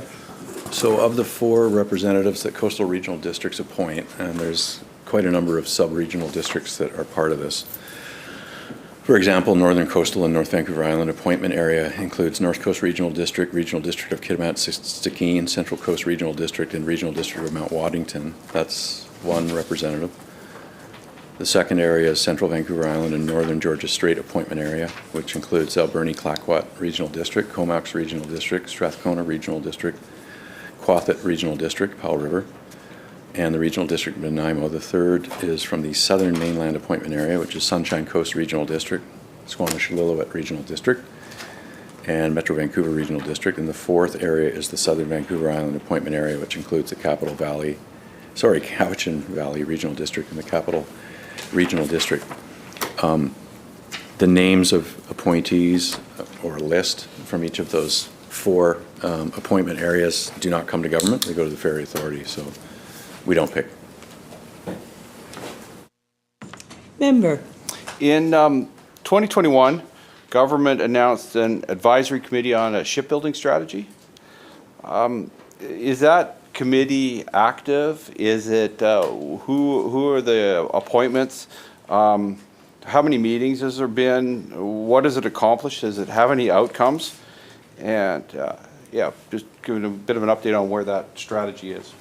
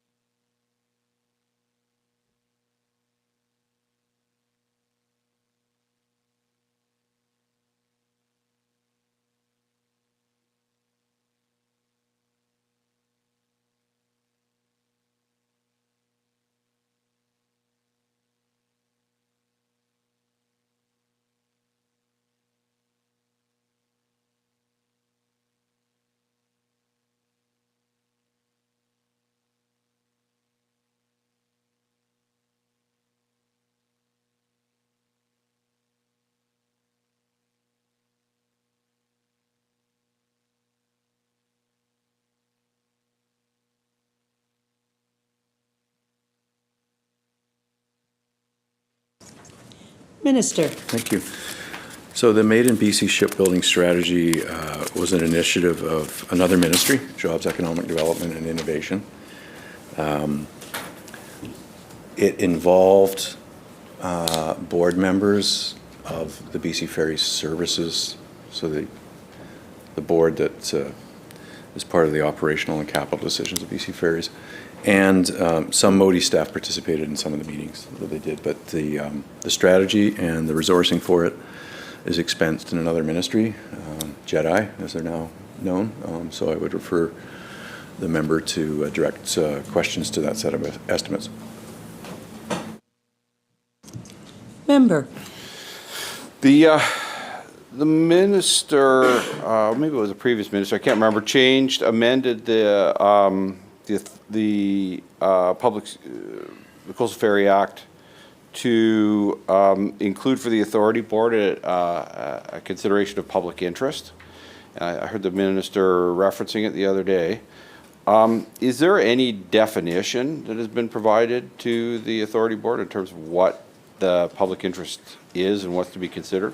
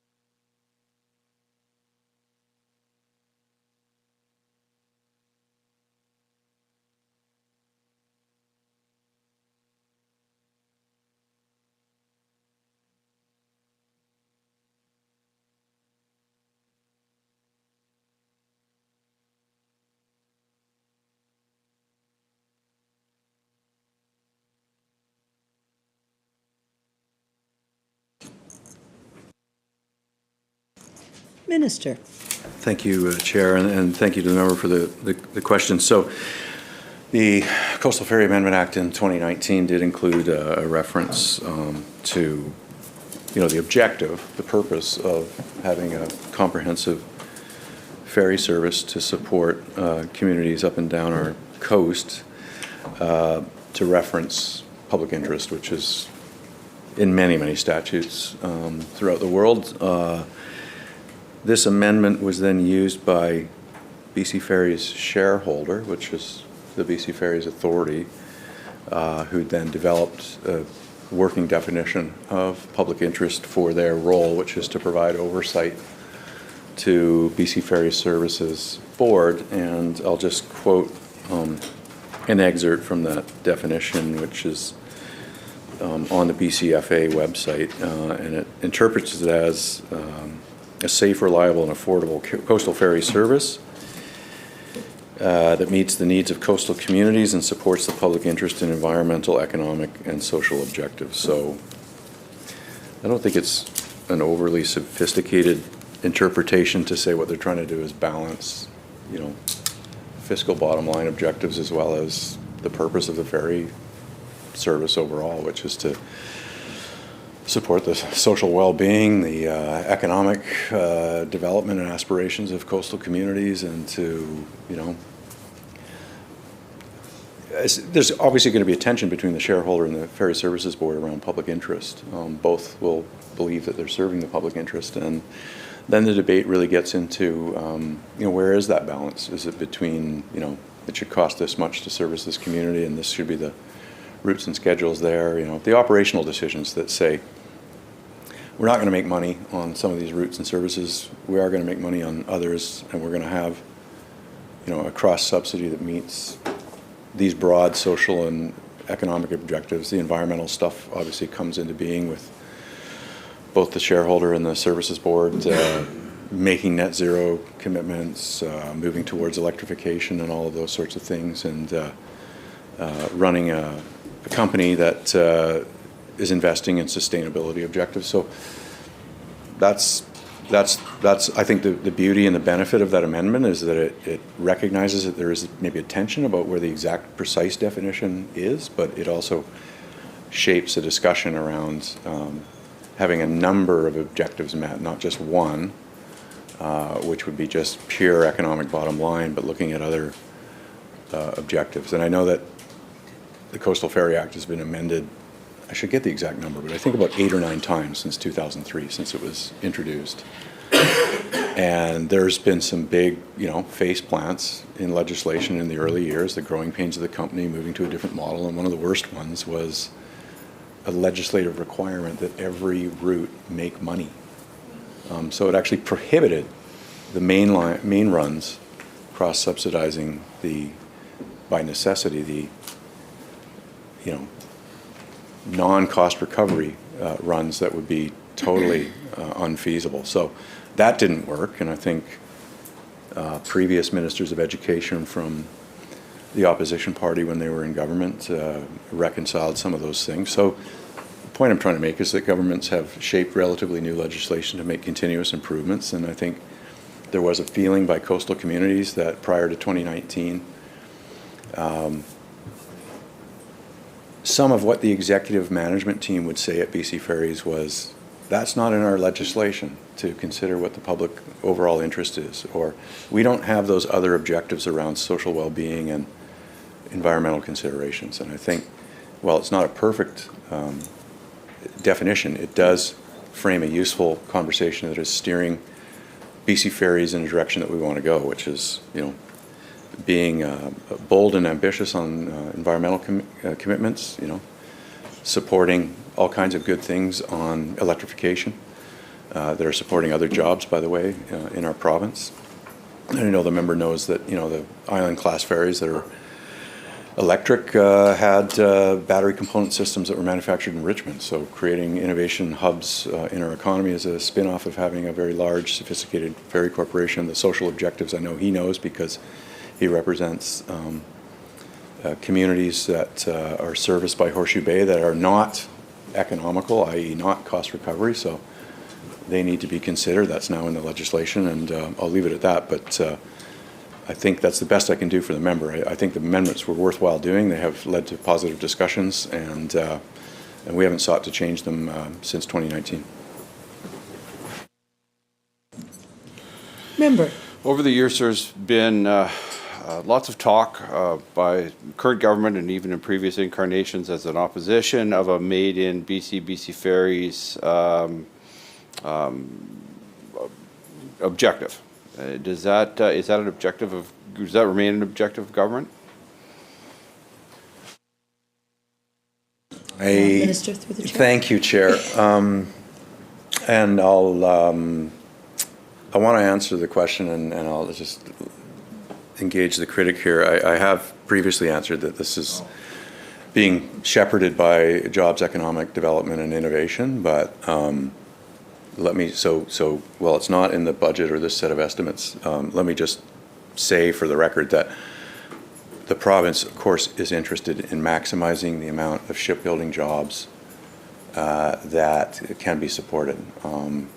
Premier Horgan, one of his achievements was to make sure that the Polar 8 icebreaker shipbuilding program was not just, in Halifax and Montreal, but the West Coast and Seaspan were going to be part of that, and that is happening. And hundreds of millions of dollars will be invested by Seaspan in modernizing their yards. Seaspan has not had, well, they've had some involvement, of course, with refitting BC Ferries, but not building new hulls and those sorts of things for many, many decades.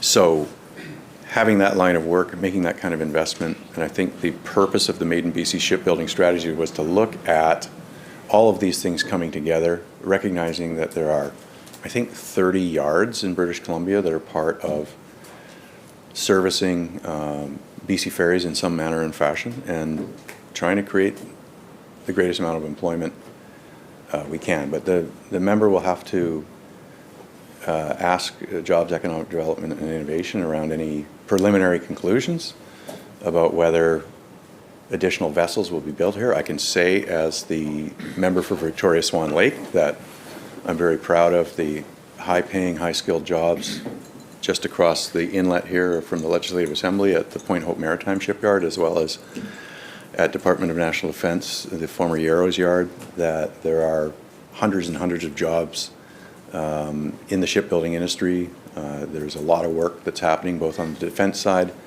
and BC Ferries, including electrification. We talked about that just a moment ago. Putting in new mechanical systems and electronics into our ferries. So suffice it to say, we're on a good path in that we're securing more jobs in shipbuilding on BC Ferries maintenance activity and ship refit activity than in previous years, and that's because government has been very supportive of the shipbuilding industry, and because we brought all the parties together, both labor, industry, business, specific companies, to the table to create a strategic forum for how we advance even more economic activity that benefits BC's coast.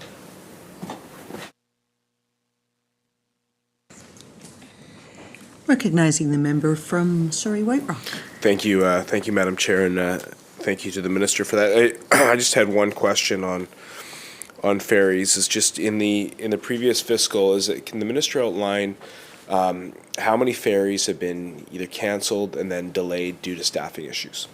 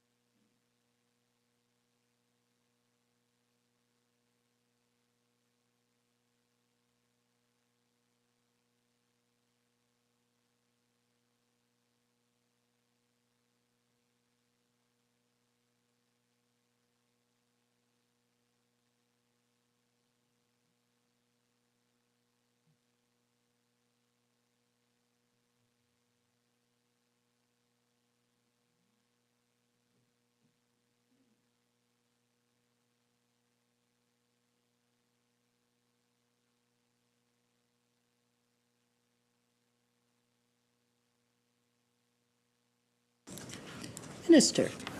Thank you. Thank you very much, Chair, and thank you to the member for the question. I'm trying to get the latest data.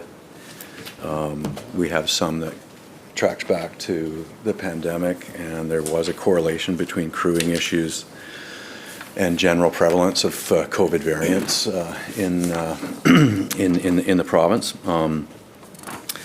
But what I have in terms of year to date for 2023, and this would be a full year. Hang on one second. Yeah. Okay. Yeah. Okay. Its total cancellations is 2,369, so that equates to 1.57% of all sailings. Crew cancellations, i.e. a shortage of crew, missing the Transport Canada safety regulations and therefore being unable to sail, was 0.64% of all sailings. So less than half of cancellations were due to insufficient crew. That's on a downward trend. It's noted by the company, which is good. There is, I would note to the member, a fairly robust discussion on labor recruitment and retention in the submission to the Ferry Commissioner that might be of interest to him. Weather cancellations of this total were 614, so that's 0.41% that was weather-related, stormy seas, etc., and mechanical cancellations was 0.31% of all sailings, which is a downward trend as well. So totally inconvenient to the public, mostly felt, especially during peak periods when demand is the highest. I know that BC Ferries has put significant renewed emphasis on new hirings.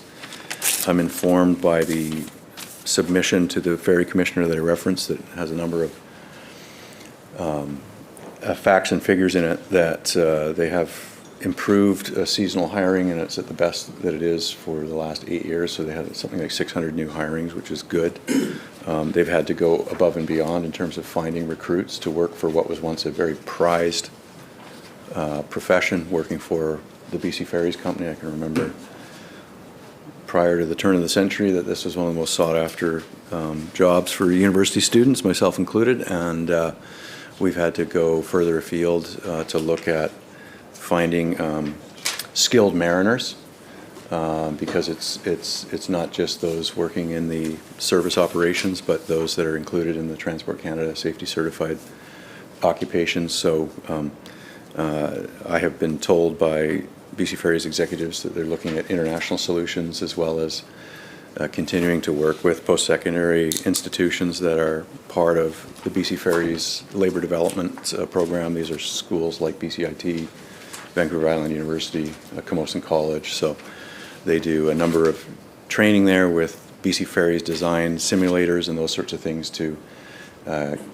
either take existing employees and move them up the career ladder and give them additional skills, or to take new students and put them into entry-level but safety necessary positions.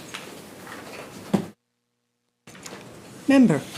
Yeah, thank you, Madam Chair, and thank you to the Minister for that. And yeah, as somebody who, and I actually didn't know that the Minister had worked previously on ferries, but as someone who relies on it weekly now to commute back and forth, yeah, it can be very frustrating. It's an access of our highway system, an extension of our highway system, and in order to reach our capital city, many friends and family travel through that to get to medical appointments. So,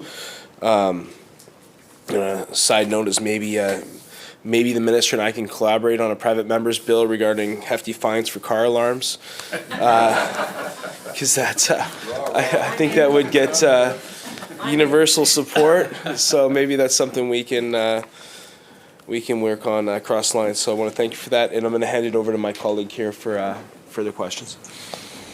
Recognizing the member from Peace River North. Thanks, Chair. And as someone who rarely travels the ferry system, I second his motion on the car alarms. Thanks to my colleague for allowing me just a couple of minutes. I feel like I'm on my annual pilgrimage to budget estimates to talk about the Taylor Bridge in the Peace Country, which is why I'm here right now. Is again, I can talk from experience. Just last week, I had an appointment in Dawson Creek, and it was on my way, and middle of the afternoon, which is rare, but there I am stuck waiting for a fair good chunk of time while maintenance is being completed on the Taylor Bridge.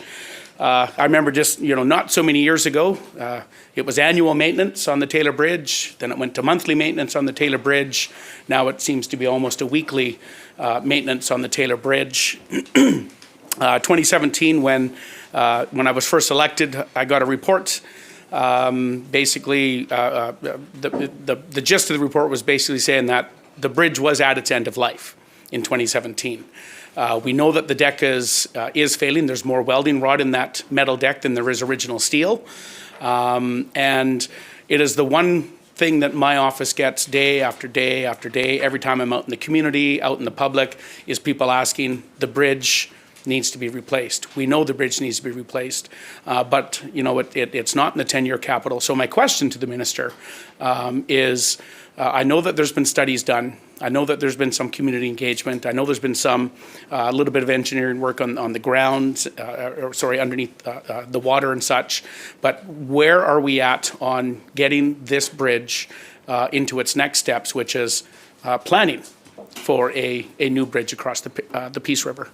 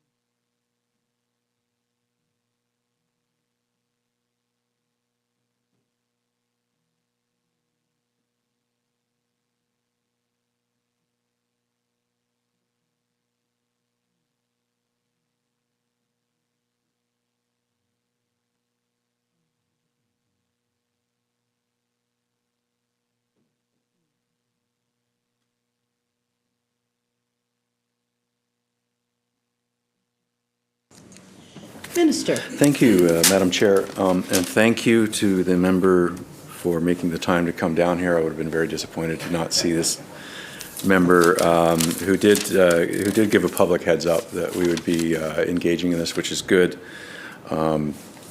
As he knows, because he's helped solicit his constituents to participate in it, we have had a significant engagement on the replacement, the future of the Taylor Bridge. Phase 1 was the summer of 2021, and that was just to get a sense of overall feedback from users, get a sense of the scale and scope of what might be involved. Then we entered Phase 2 engagement, which put on the table 5 high-level concepts. There was a bridge users group created that had a number of elected officials from the regional district and the town of Taylor and others, and they completed their work at the end of last year. Our government to date has spent about $20 million, in excess of $20 million, doing due diligence on what is a very difficult area to do construction in. And I know the member knows that it's just, not too far away from Site C. Got unstable shale formations that are part of the river and embankments between that connect up the 2 ridges here.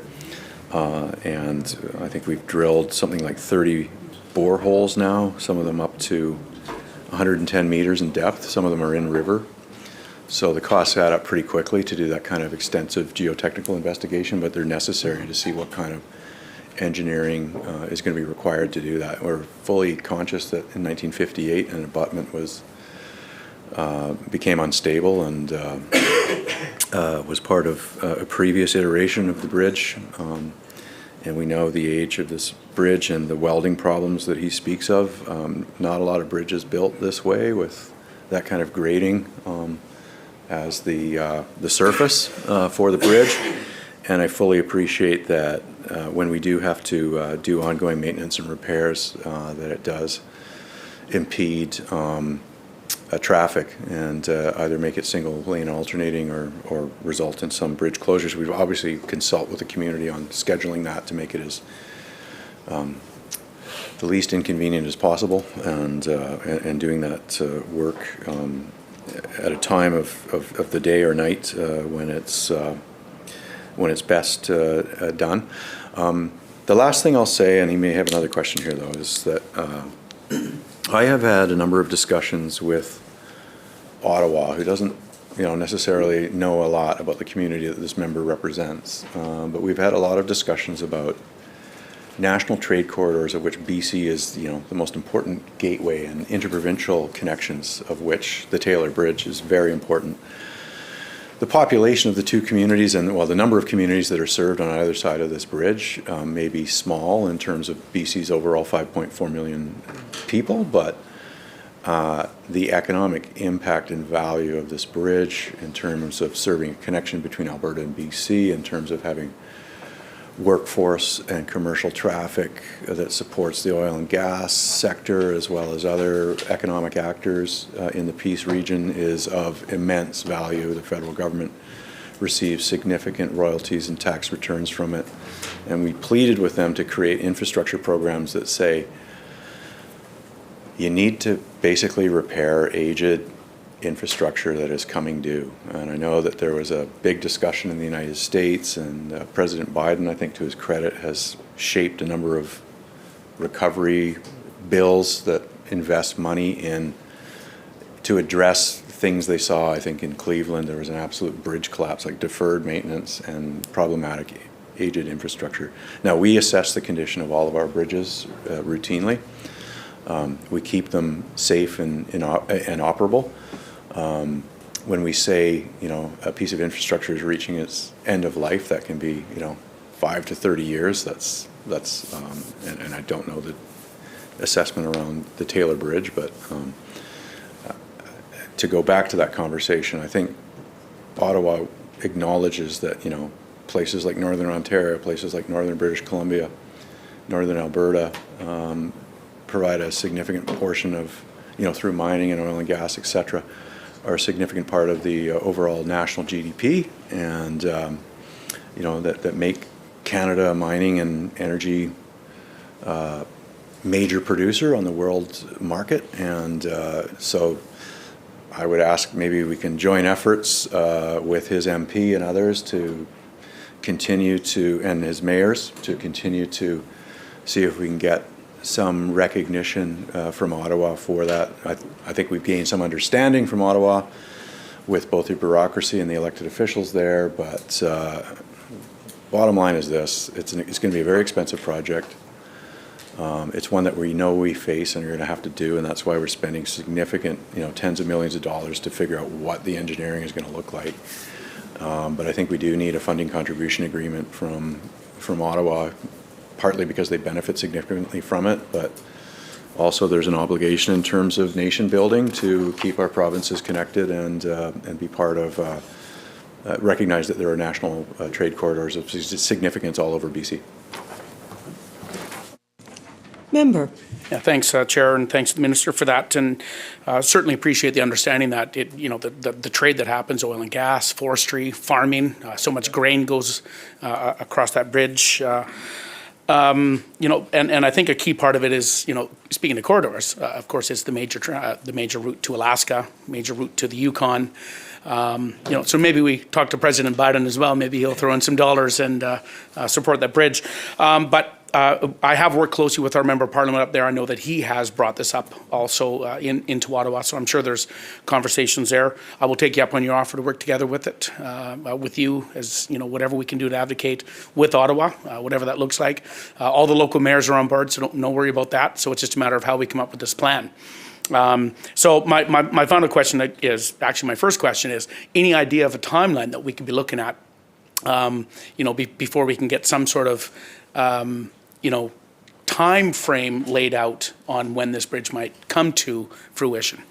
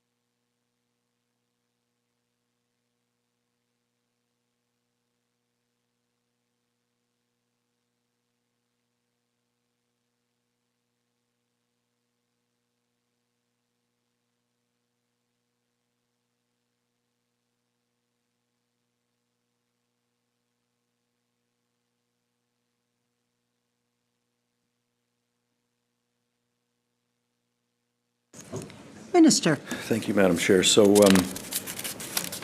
what I can say to the member is that there's field work that's ongoing, getting closer and closer to nearing completion. So there'll be likely more bills come due on the geotechnical side, in addition to what we've spent.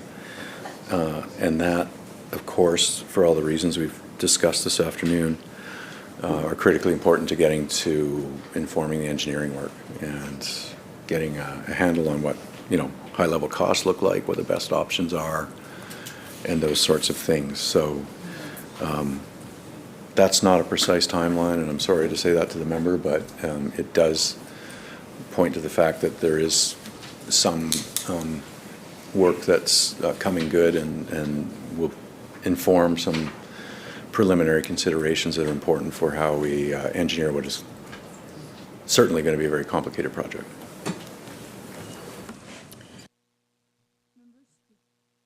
Members, we will now take a 10-minute recess.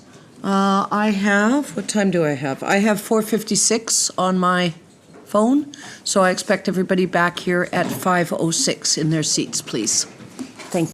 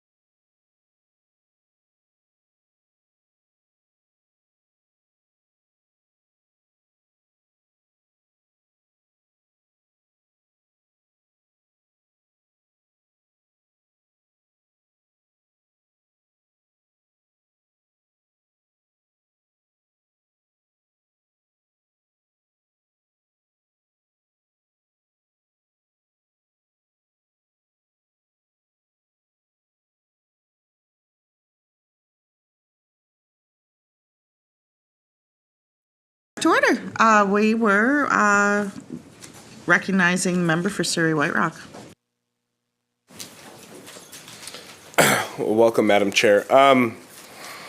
Just on switch topics now to actually to housing.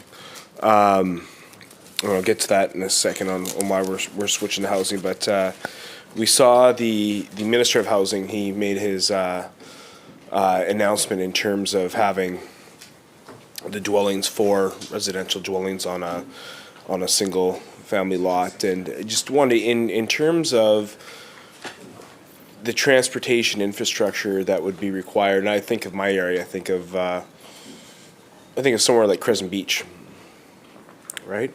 And the impact that could have, both positive and negative, on the infrastructure surrounding that area.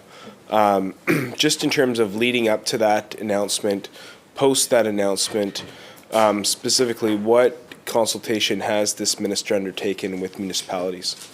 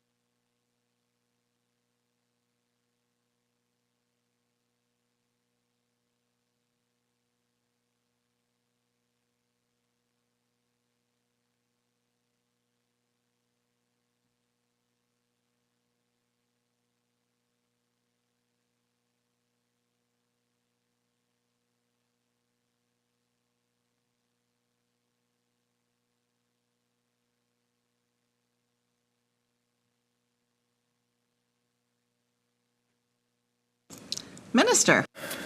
Thank you very much, Madam Chair. Thank you to the member for the question. So, questions around the housing strategy are best directed to the lead ministry and the lead minister, the Minister of Housing. What I can speak about and we can discuss in this set of estimates is the funding that was a part of Budget 2023 for transit-oriented development. So there's a $394 million fund to acquire properties. This fund follows on the heels of the passage of Bill 16 into law late last year in 2022, which enables a number of positive things around the development of dense, mixed-use developments that include affordable housing and complete community amenities like childcare and schools and job and employment centers and parks and green spaces and all those sorts of things. The member probably knows that previously in the law, the Ministry of Transportation and Infrastructure was restricted in what kind of property it could strategically acquire and had no real role in aligning transportation investments with the development of housing. And now we do have an integrated approach there, which I think is quite positive, and there are a number of jurisdictions around the world that we studied very carefully to look at transit-oriented development to enable that. So the law, the member will recall that passed the Legislative Assembly allows us to strategically acquire a property for these purposes within 800 meters of a transit exchange. So it's not just SkyTrain, I do want to stress that, it's transit exchanges. We contemplate doing transit-oriented development in lots of medium-sized communities around the province, communities like Kelowna, Capital Regional District, and other places.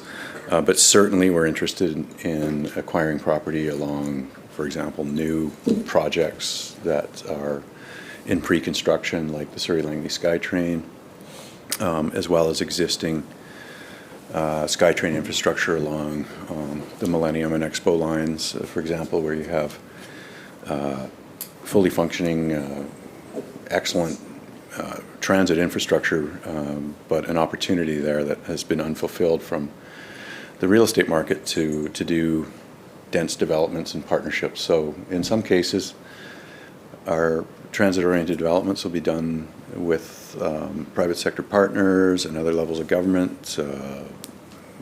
Metro Vancouver has a real estate corporation now that is aligning with our aspirations and ambitions on promoting more housing choices. I think this is going to make a huge difference. We're already starting to see communities, as an example, Surrey Fleetwood, totally rewiring their neighborhood plan to account for density, contemplating population growth from 35,000 to over 100,000 because of the infrastructure that is going to be built and allowing more transit services and transit as the primary source of mobility. So that's really our major piece in BC's housing supply and housing development.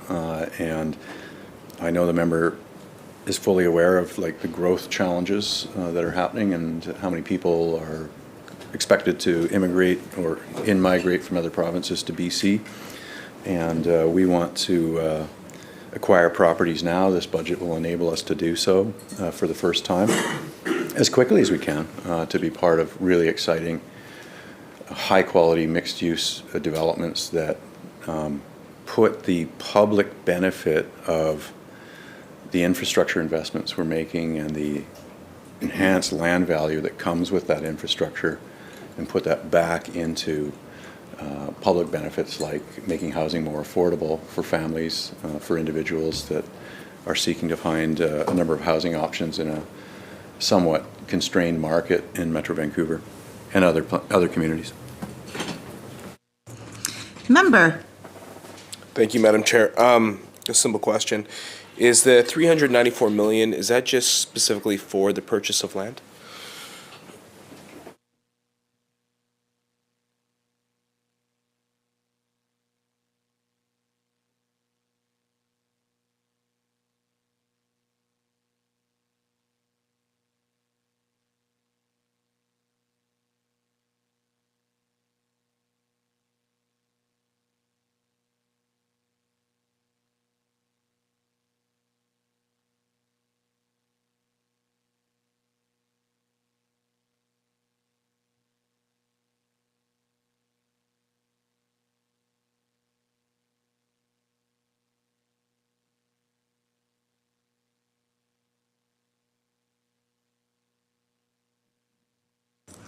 Minister. Thank you. So the 394 million is for acquisition of land and planning and uses of that land. So all of the planning work that you would expect to come up with comprehensive development concepts are allowable expenditures from the $394 million fund. Member. And so I believe that's over 3 years. 83 million this fiscal, I think what it is. How are those figures arrived at in terms of the 83 million and the 394 overall over 3 years?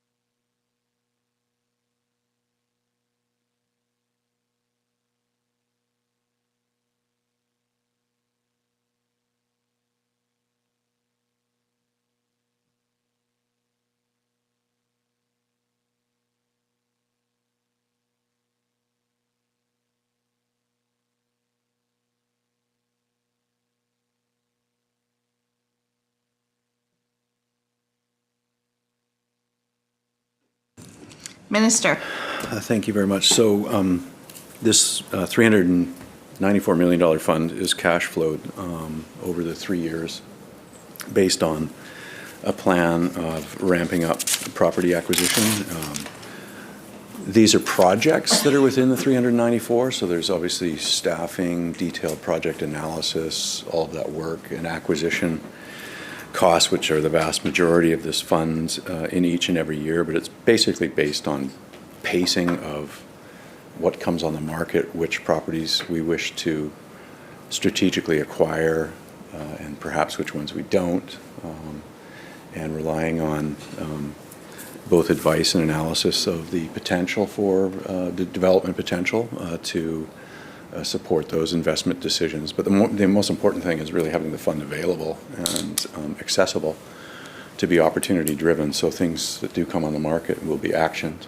We will buy them, and we will also look at things that we want to do right away and over the next 2 years, and which sites are the most strategic to acquire, and that will be led by the BC Transportation Finance Authority. Member. Thank you. Thank you, Madam Chair. I'm going to follow up on a couple points there in a second, but I know in a previous life the minister spent time as a municipal councillor, I believe, besides his work with BC Ferries before that. But You didn't get, he didn't. Yeah, he did. Anyways, there's still time. You know, I would say we've all heard about, I know locally for me and in other jurisdictions, about the frustrations in terms of permitting backlogs, specifically when it comes to housing on the municipal files. But they don't just exist under that level of government. They exist provincially as well. And they do exist under the Ministry of Transportation.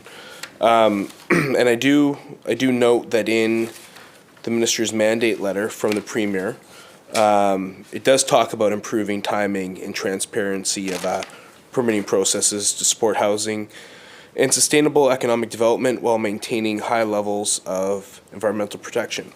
All good stuff.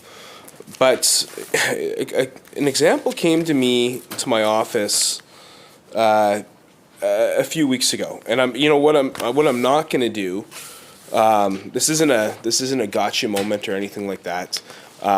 It was a constituent from a government MLA who didn't hear back, and they came to me as a critic for Ministry of Transportation and asked me to bring forward this to the minister. So I'm going to do that, but I'm not going to name the individuals, the location, or anything like that. But we'll table it to the minister after, so that his office can work on it and try and find a solution that works for everybody, if there is one that's available. But and I won't go into detail, but it layers out the strain and angst that it took the developers and the community to get a PLR, right? The preliminary layout review. And so I guess my question would be to the minister is, in terms of the permits that are before this minister, or ministry, not the minister, but in terms of the permits that are before this ministry right now, is there set timeframes? Is there a current backlog? When we talk about a PLR, on average, I know every situation can be different, but what would be the current expectations on a timeline for that? I'm looking at this one here, and again, it's just one. This is just from one organization, but this is 3 years. 3 years of correspondence going back with Modi. And there's probably about 13 different individuals from Modi that they're dealing with. So, maybe that's uncommon, but I guess my question directly to the minister would be, does the minister have adequate staff to deal with the permitting that is before this ministry? And specifically on the PLRs, is there a current backlog right now?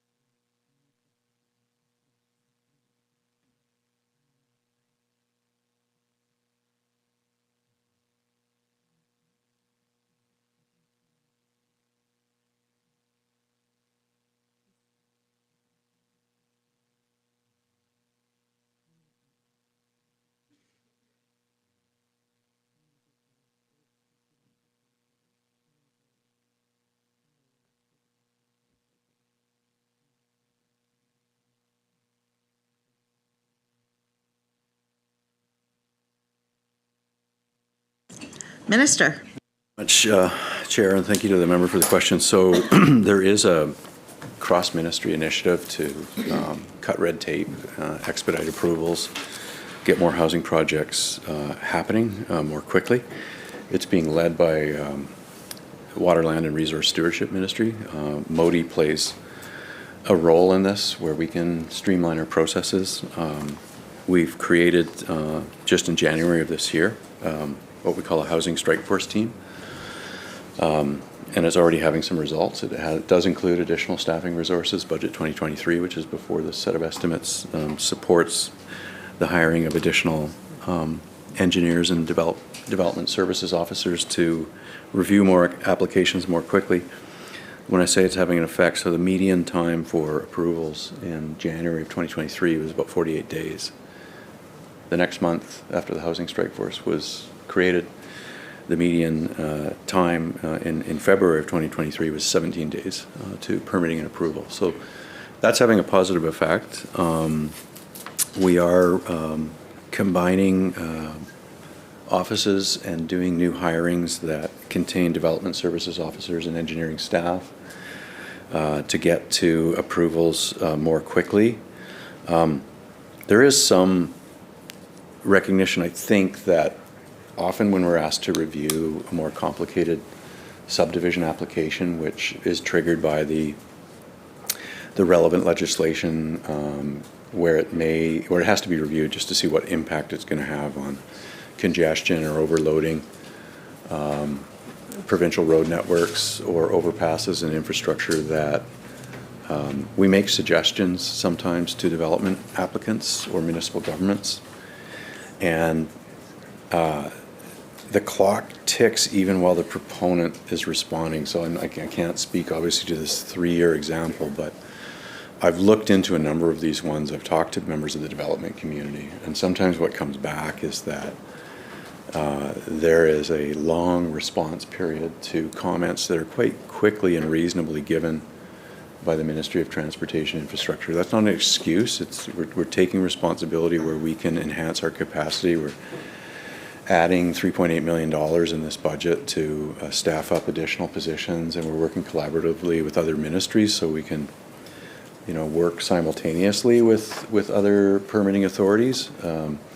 But I have found that there are instances where the proponent or the municipal government, keeps the clock running, so to speak, on our completed comments with identified next steps. And the vast majority of the time is really on their response. However, these are good results, and these are early days, and we'll certainly be talking about them and working with our municipal partners and the development community in particular to hear their concerns. But the housing strike force was a very deliberate strategy on our part to acknowledge the backlog in some communities. It's not universal everywhere, of course. And be able to have more people, more eyes on files, and get more permitting done. Member. Thank you, Madam Chair, and thank you to the Minister for the answer. I actually think the Minister answered it, but I think I missed it. An example is that in the budget 2023, $77 million over 3 years was given to accelerate natural resource permitting. So I think the Minister gave the number, and I think I had my head down, but what was the number that he gave, if maybe he didn't, that was to address permitting backlog?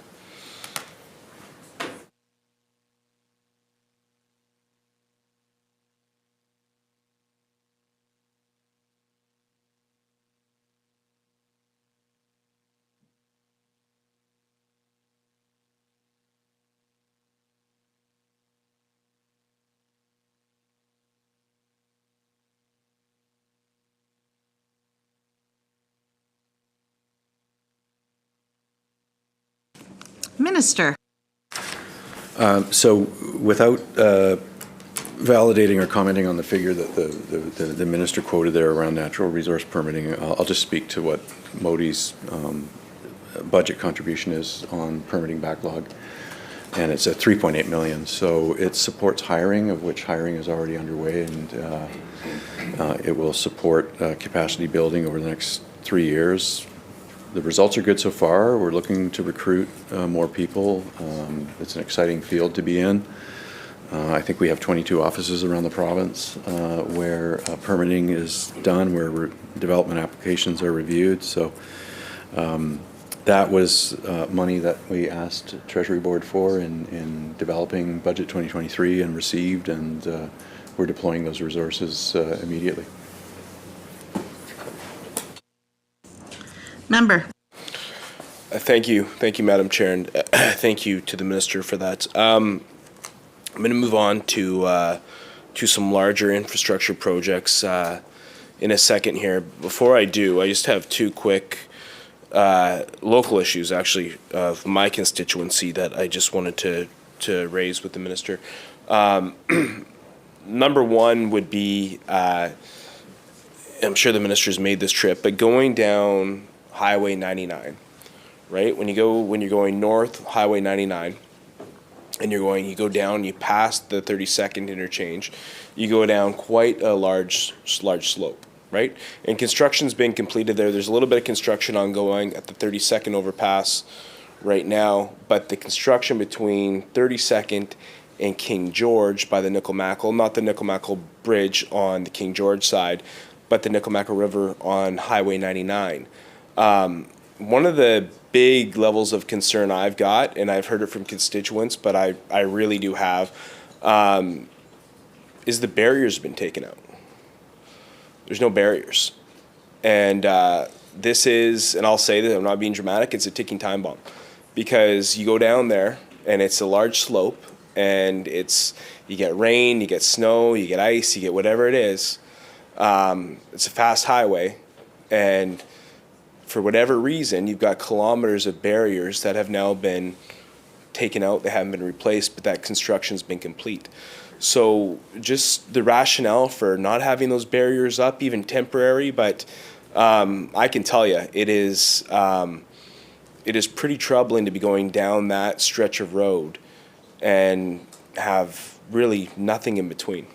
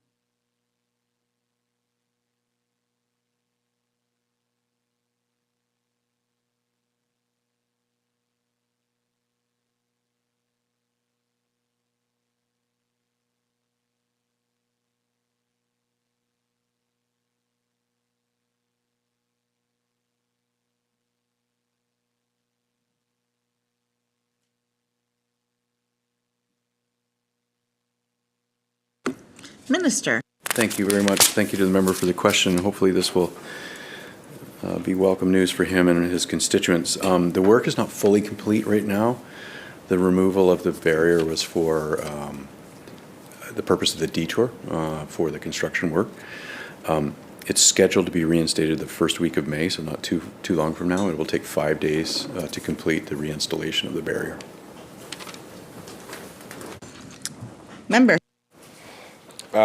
Yeah, I accept that. That doesn't, I drive that every single day, 2-3 times a day. I know when that work was complete, but you can still have temporary structures put in there, given the weather that we've had, that work down that area when you get into King George. That's been complete.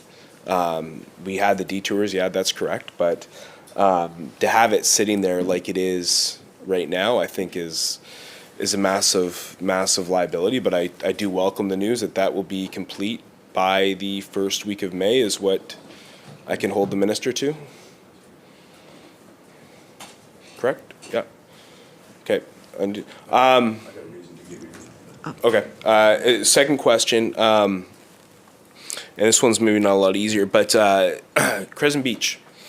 We got the BNSF train that goes by there 5, 6, 7 times a day. Last January, we actually saw a stoppage because there was a disconnect between the cars. And if there's one road into Crescent Beach, if you guys have ever gone down there, I'm sure you have, but it is on Crescent Road going down there, and it's one way in, one way out, right? Car was stopped in there. You couldn't get through. It was about 2 or 4 hours. If somebody would have had a heart attack, they would have been dead. The only way to get in for emergency response to get in would be to either try and go around or helicopter in, and you likely have to helicopter in. So, you know, I know it's an inconvenience when you're going down there, you're going to your restaurant or you're going to visit friends and there's a train going through and you got to wait 15, 20 minutes. It is a much bigger inconvenience if there's an ambulance or fire truck that's trying to get through and there's a train passing and they can't, or like we saw in January where there is a train that is stuck there for 2 or 4 hours, cutting an entire community off from any emergency response. So I know this has been talked about. This has been highlighted to the minister in the past, previous ministers, but just wanting to know, get an update on what action's been taken, if any at all, on that issue.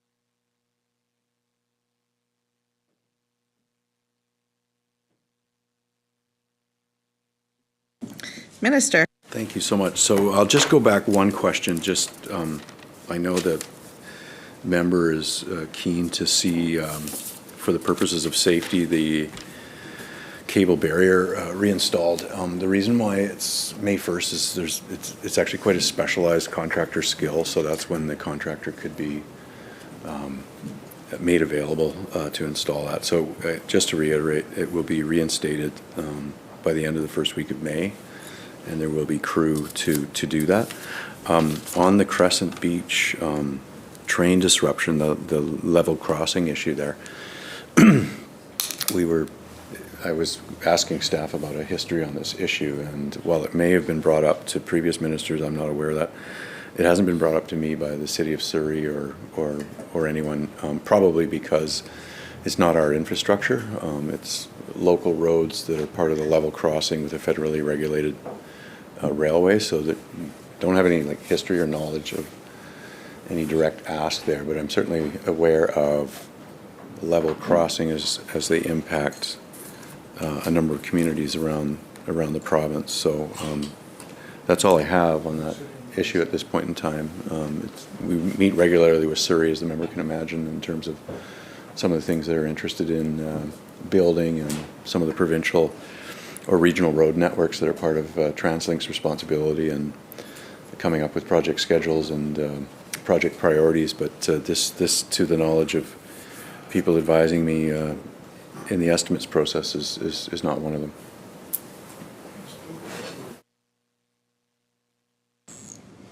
Member. Thank you, Madam Chair. Thank you to the minister. And I'll check with the City of Surrey as well. And it's just one of those things where it's been an issue for 50 years, right? And it's I'm surprised nothing's happened yet. But you're talking about a community that is entirely cut off once a train goes by, and if a train's actually stopped to deal with an incident, with the collision, or whether it's a technical issue. But it is something I think that does, the minister's correct, it touches on almost all three levels of government, and it touches, there's a responsibility of BNSF as well to play in how that's managed, because that's their property. Moving on, I just wanted in a bit of I know we're on deck tomorrow as well, but with the I want to move on to the Patilla Bridge and talk about that infrastructure. Staff probably get changed out here, but obviously it's a piece of infrastructure that's needed to be replaced for quite a while. There's no doubt on that.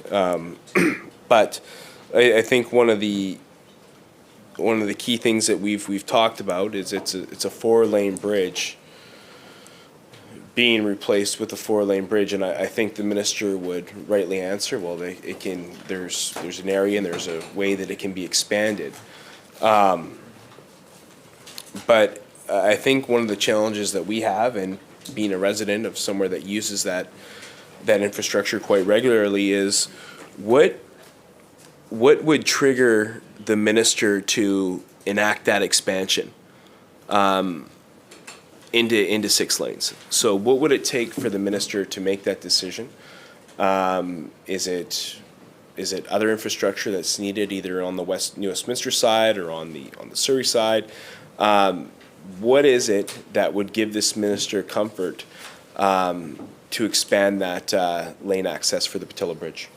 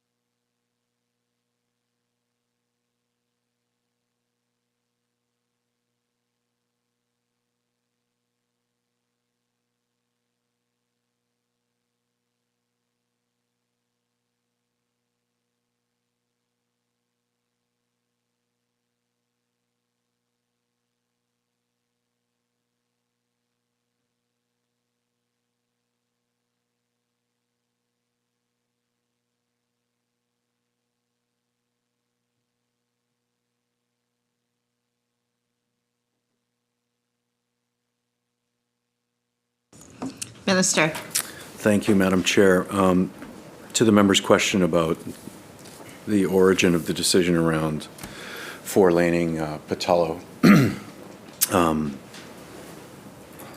briefly stated, it was the region's preference, and we heard very clearly from elected officials in the region that they wanted to have a modern, widened lane safety bridge that accommodated active transportation. I think the ministry, in consultation with regional governments, said, well, we should make it expandable to 6 lanes and account for the future. I don't think the Patello should be looked in isolation on other improvements in terms of Fraser River crossings. So installing counterflow zipper line technology on Alex Fraser, improvements to 9117, taking out traffic lights on the approaches to Alex Fraser. Those have all increased the performance and capacity of the Alex Fraser. There was a, what would you call it, an economic, incentive for a lot of people to avoid the Portman Bridge when it was tolled and use the old Patello Bridge, a 90-year-old bridge. So we saw vehicles per day climb to 77,000 on the Patello because of the tolls imposed by the previous government on the Portman Bridge. People were literally trying to avoid the toll there and back, and a bridge that had, by modern standards, narrow lanes and a very constrained environment for private vehicles mixing in with commercial traffic, becoming jammed up. Now, the removal by our government of tolls on the Portman actually migrated back some of the Patello traffic onto the modern Portman facility because it was now free and there was no tax on commuters for that infrastructure. So 3 good things have happened in terms of how we're improving Fraser crossings. Modernization of the Alex Fraser, Highway 9117, improvements, replacement of the Patello Bridge, which will have a much higher average traffic speed based on all the analysis we did on the project, done to the preference of the region, working collaboratively with them, and making a very deliberate policy decision and paying for it to remove tolls on the Golden Ears and Portman Bridge. So that's really, in a nutshell, how we arrived at the 4-lane decision. It is expandable to 6 lanes. The member knew I would say that, but I think it's important to say that because it is built with future considerations. There is part of the agreement on the Portman replacement to have municipal governments be able to trigger the conversion to 6 lanes. But it does have some exciting new features besides modern, wider, more comfortable driving environment, which will increase traffic performance, and that is active transportation connections that have never been there. It also, I would say, just as a final comment before the member undoubtedly has a follow-up, the 4 lanes, if you're going north from Surrey, aligns with the 4 lanes of the road network through New Westminster. So to have a 6-lane bridge, then having to merge back down through New Westminster's road network was part of the consideration of the Portman replacement. The project is coming along well, and perhaps we'll talk about that. I visited the site late last week and saw the main tower under construction, and all of the pilings in river are complete. So some of the higher risk part of the schedule of construction have been completed, which is great to see. And this is going to be a very beautiful bridge that quite frankly couldn't have come soon enough because it is a bridge that was built in the 1930s. So we're looking forward to its completion and opening day next year. Member. Thank you, Madam Chair. When we talk about the growing population of Surrey, and it is obviously a dramatically growing population. Talk about thinking forward, right? And we'll talk later on, likely, well, tomorrow about the Massey crossing. But we talk about the expansion of the Patella Bridge and potentially going to 6 lanes. What is the cost, the estimated cost, if the ministry has it, to expand that to 6 lanes?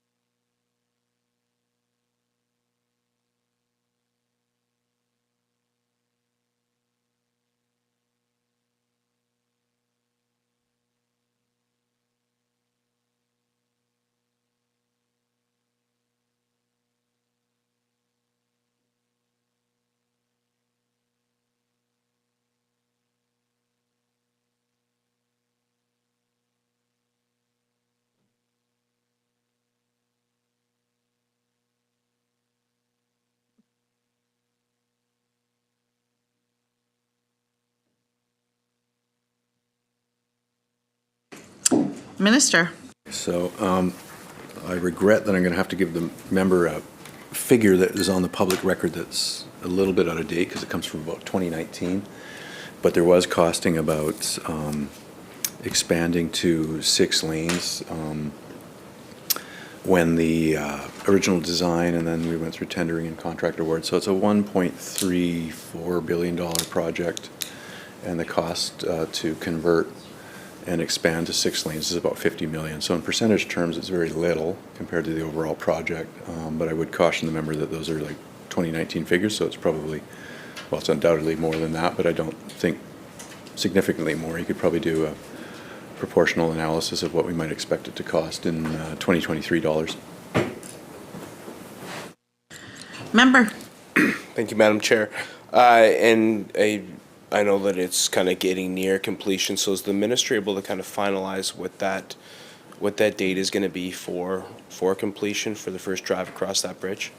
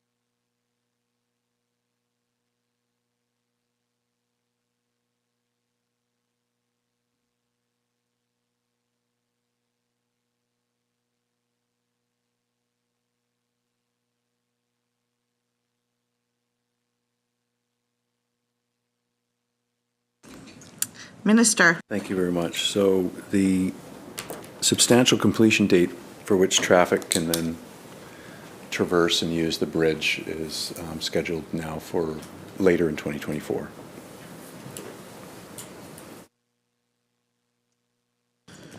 Member. Thank you, Madam Chair.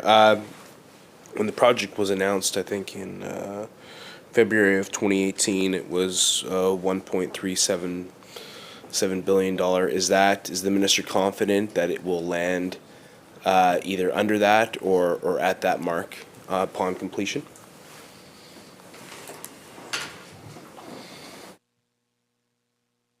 Minister.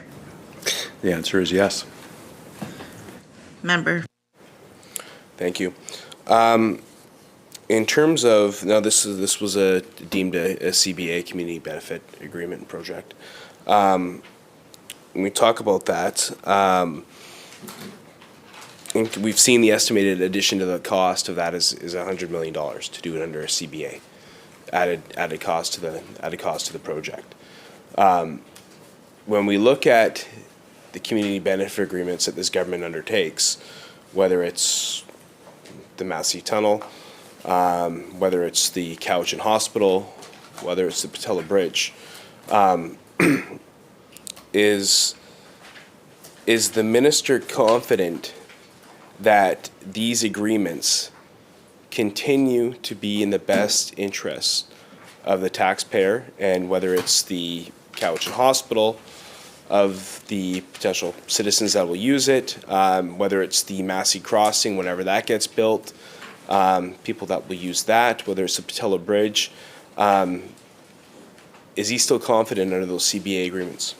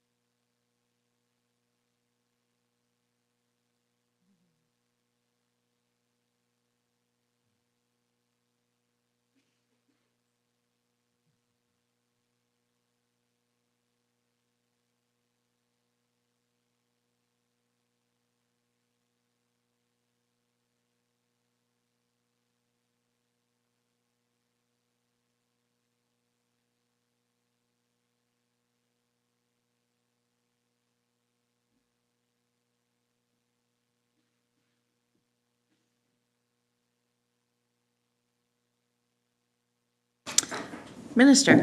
Thank you very much.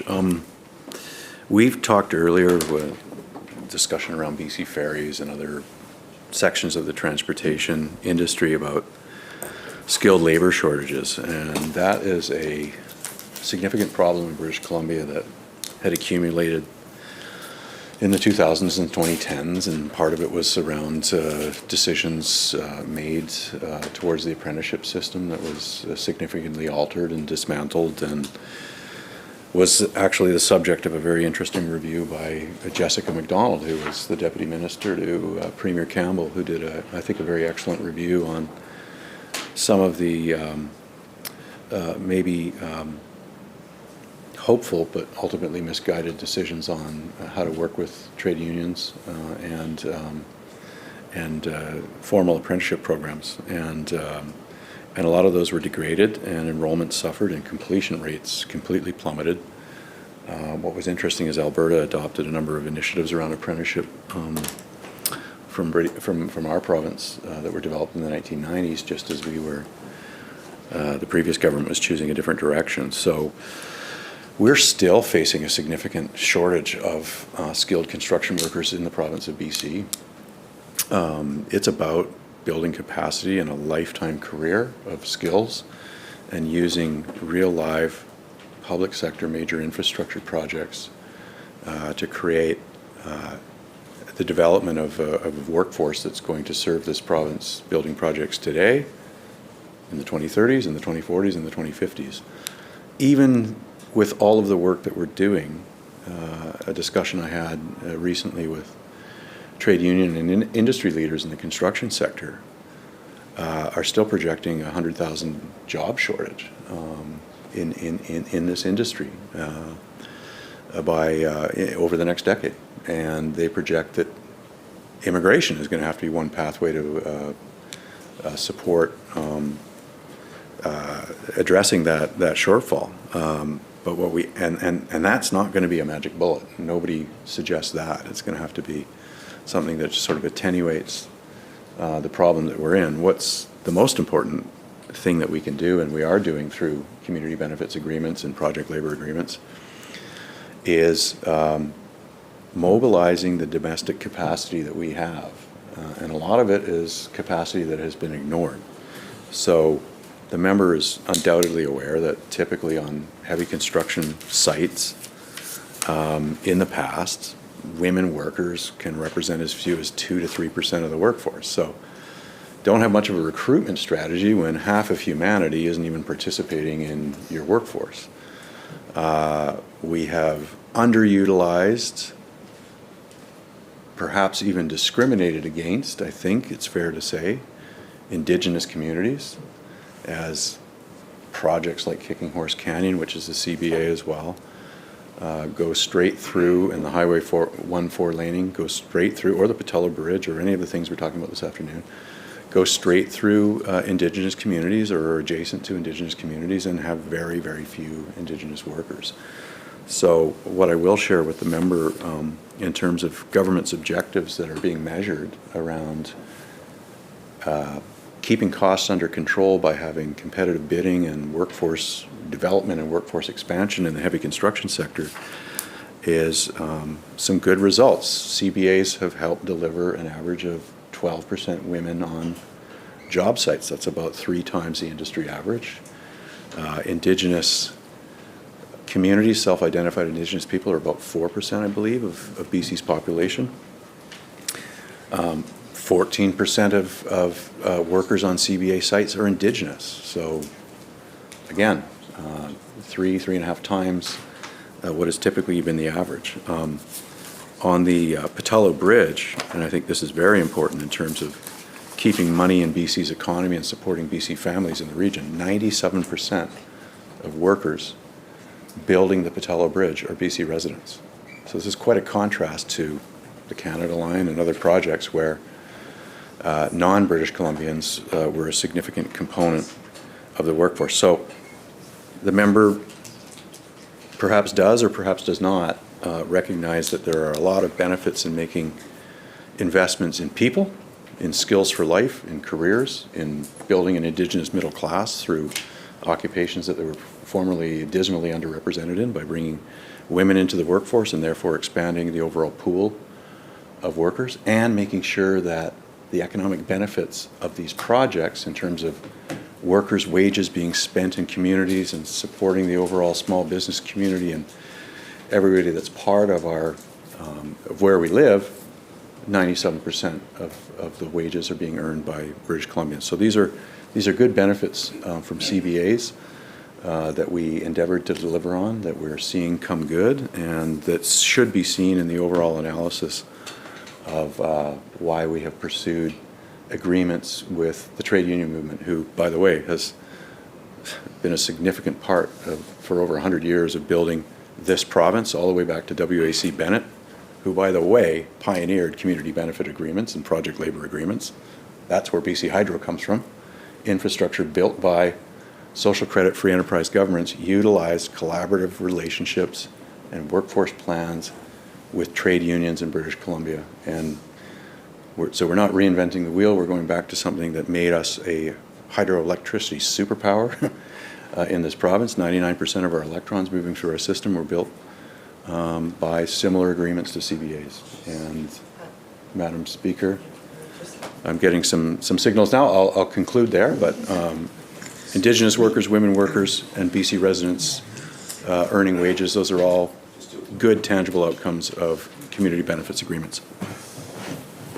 Okay, thank you. All right, just order everyone. Just 1 minute, under a minute, because we are past the 15. Minister, thank you very much, and your very dedicated staff, all that are here, for the continuation of the barriers north of Summerland. Just 1 point, you're continuing the barrier expansion. Just 1 point at North Beach Road, there is concern by the, no answers please, just on planting a seed. There is a concern by the residents of North Beach on the southbound turn to head southbound on 97. I know the highway is only so wide because of the rock face, but if something can be worked out to the benefit of those people to allow them to egress out of North Beach and turn south, it would be greatly appreciated. And I'll just leave that with the ministry. Thank you. Thank you, member from Penticton. Recognizing the minister to move the motion, noting the hour. Chair, I move that the committee rise and report progress and ask leave to sit again. All right. Thank you, Minister. The question is that the committee rise, report progress, and seek leave to sit again. Those in favor? Aye. Opposed? Motion is carried. Thank you, members. This committee now stands adjourned.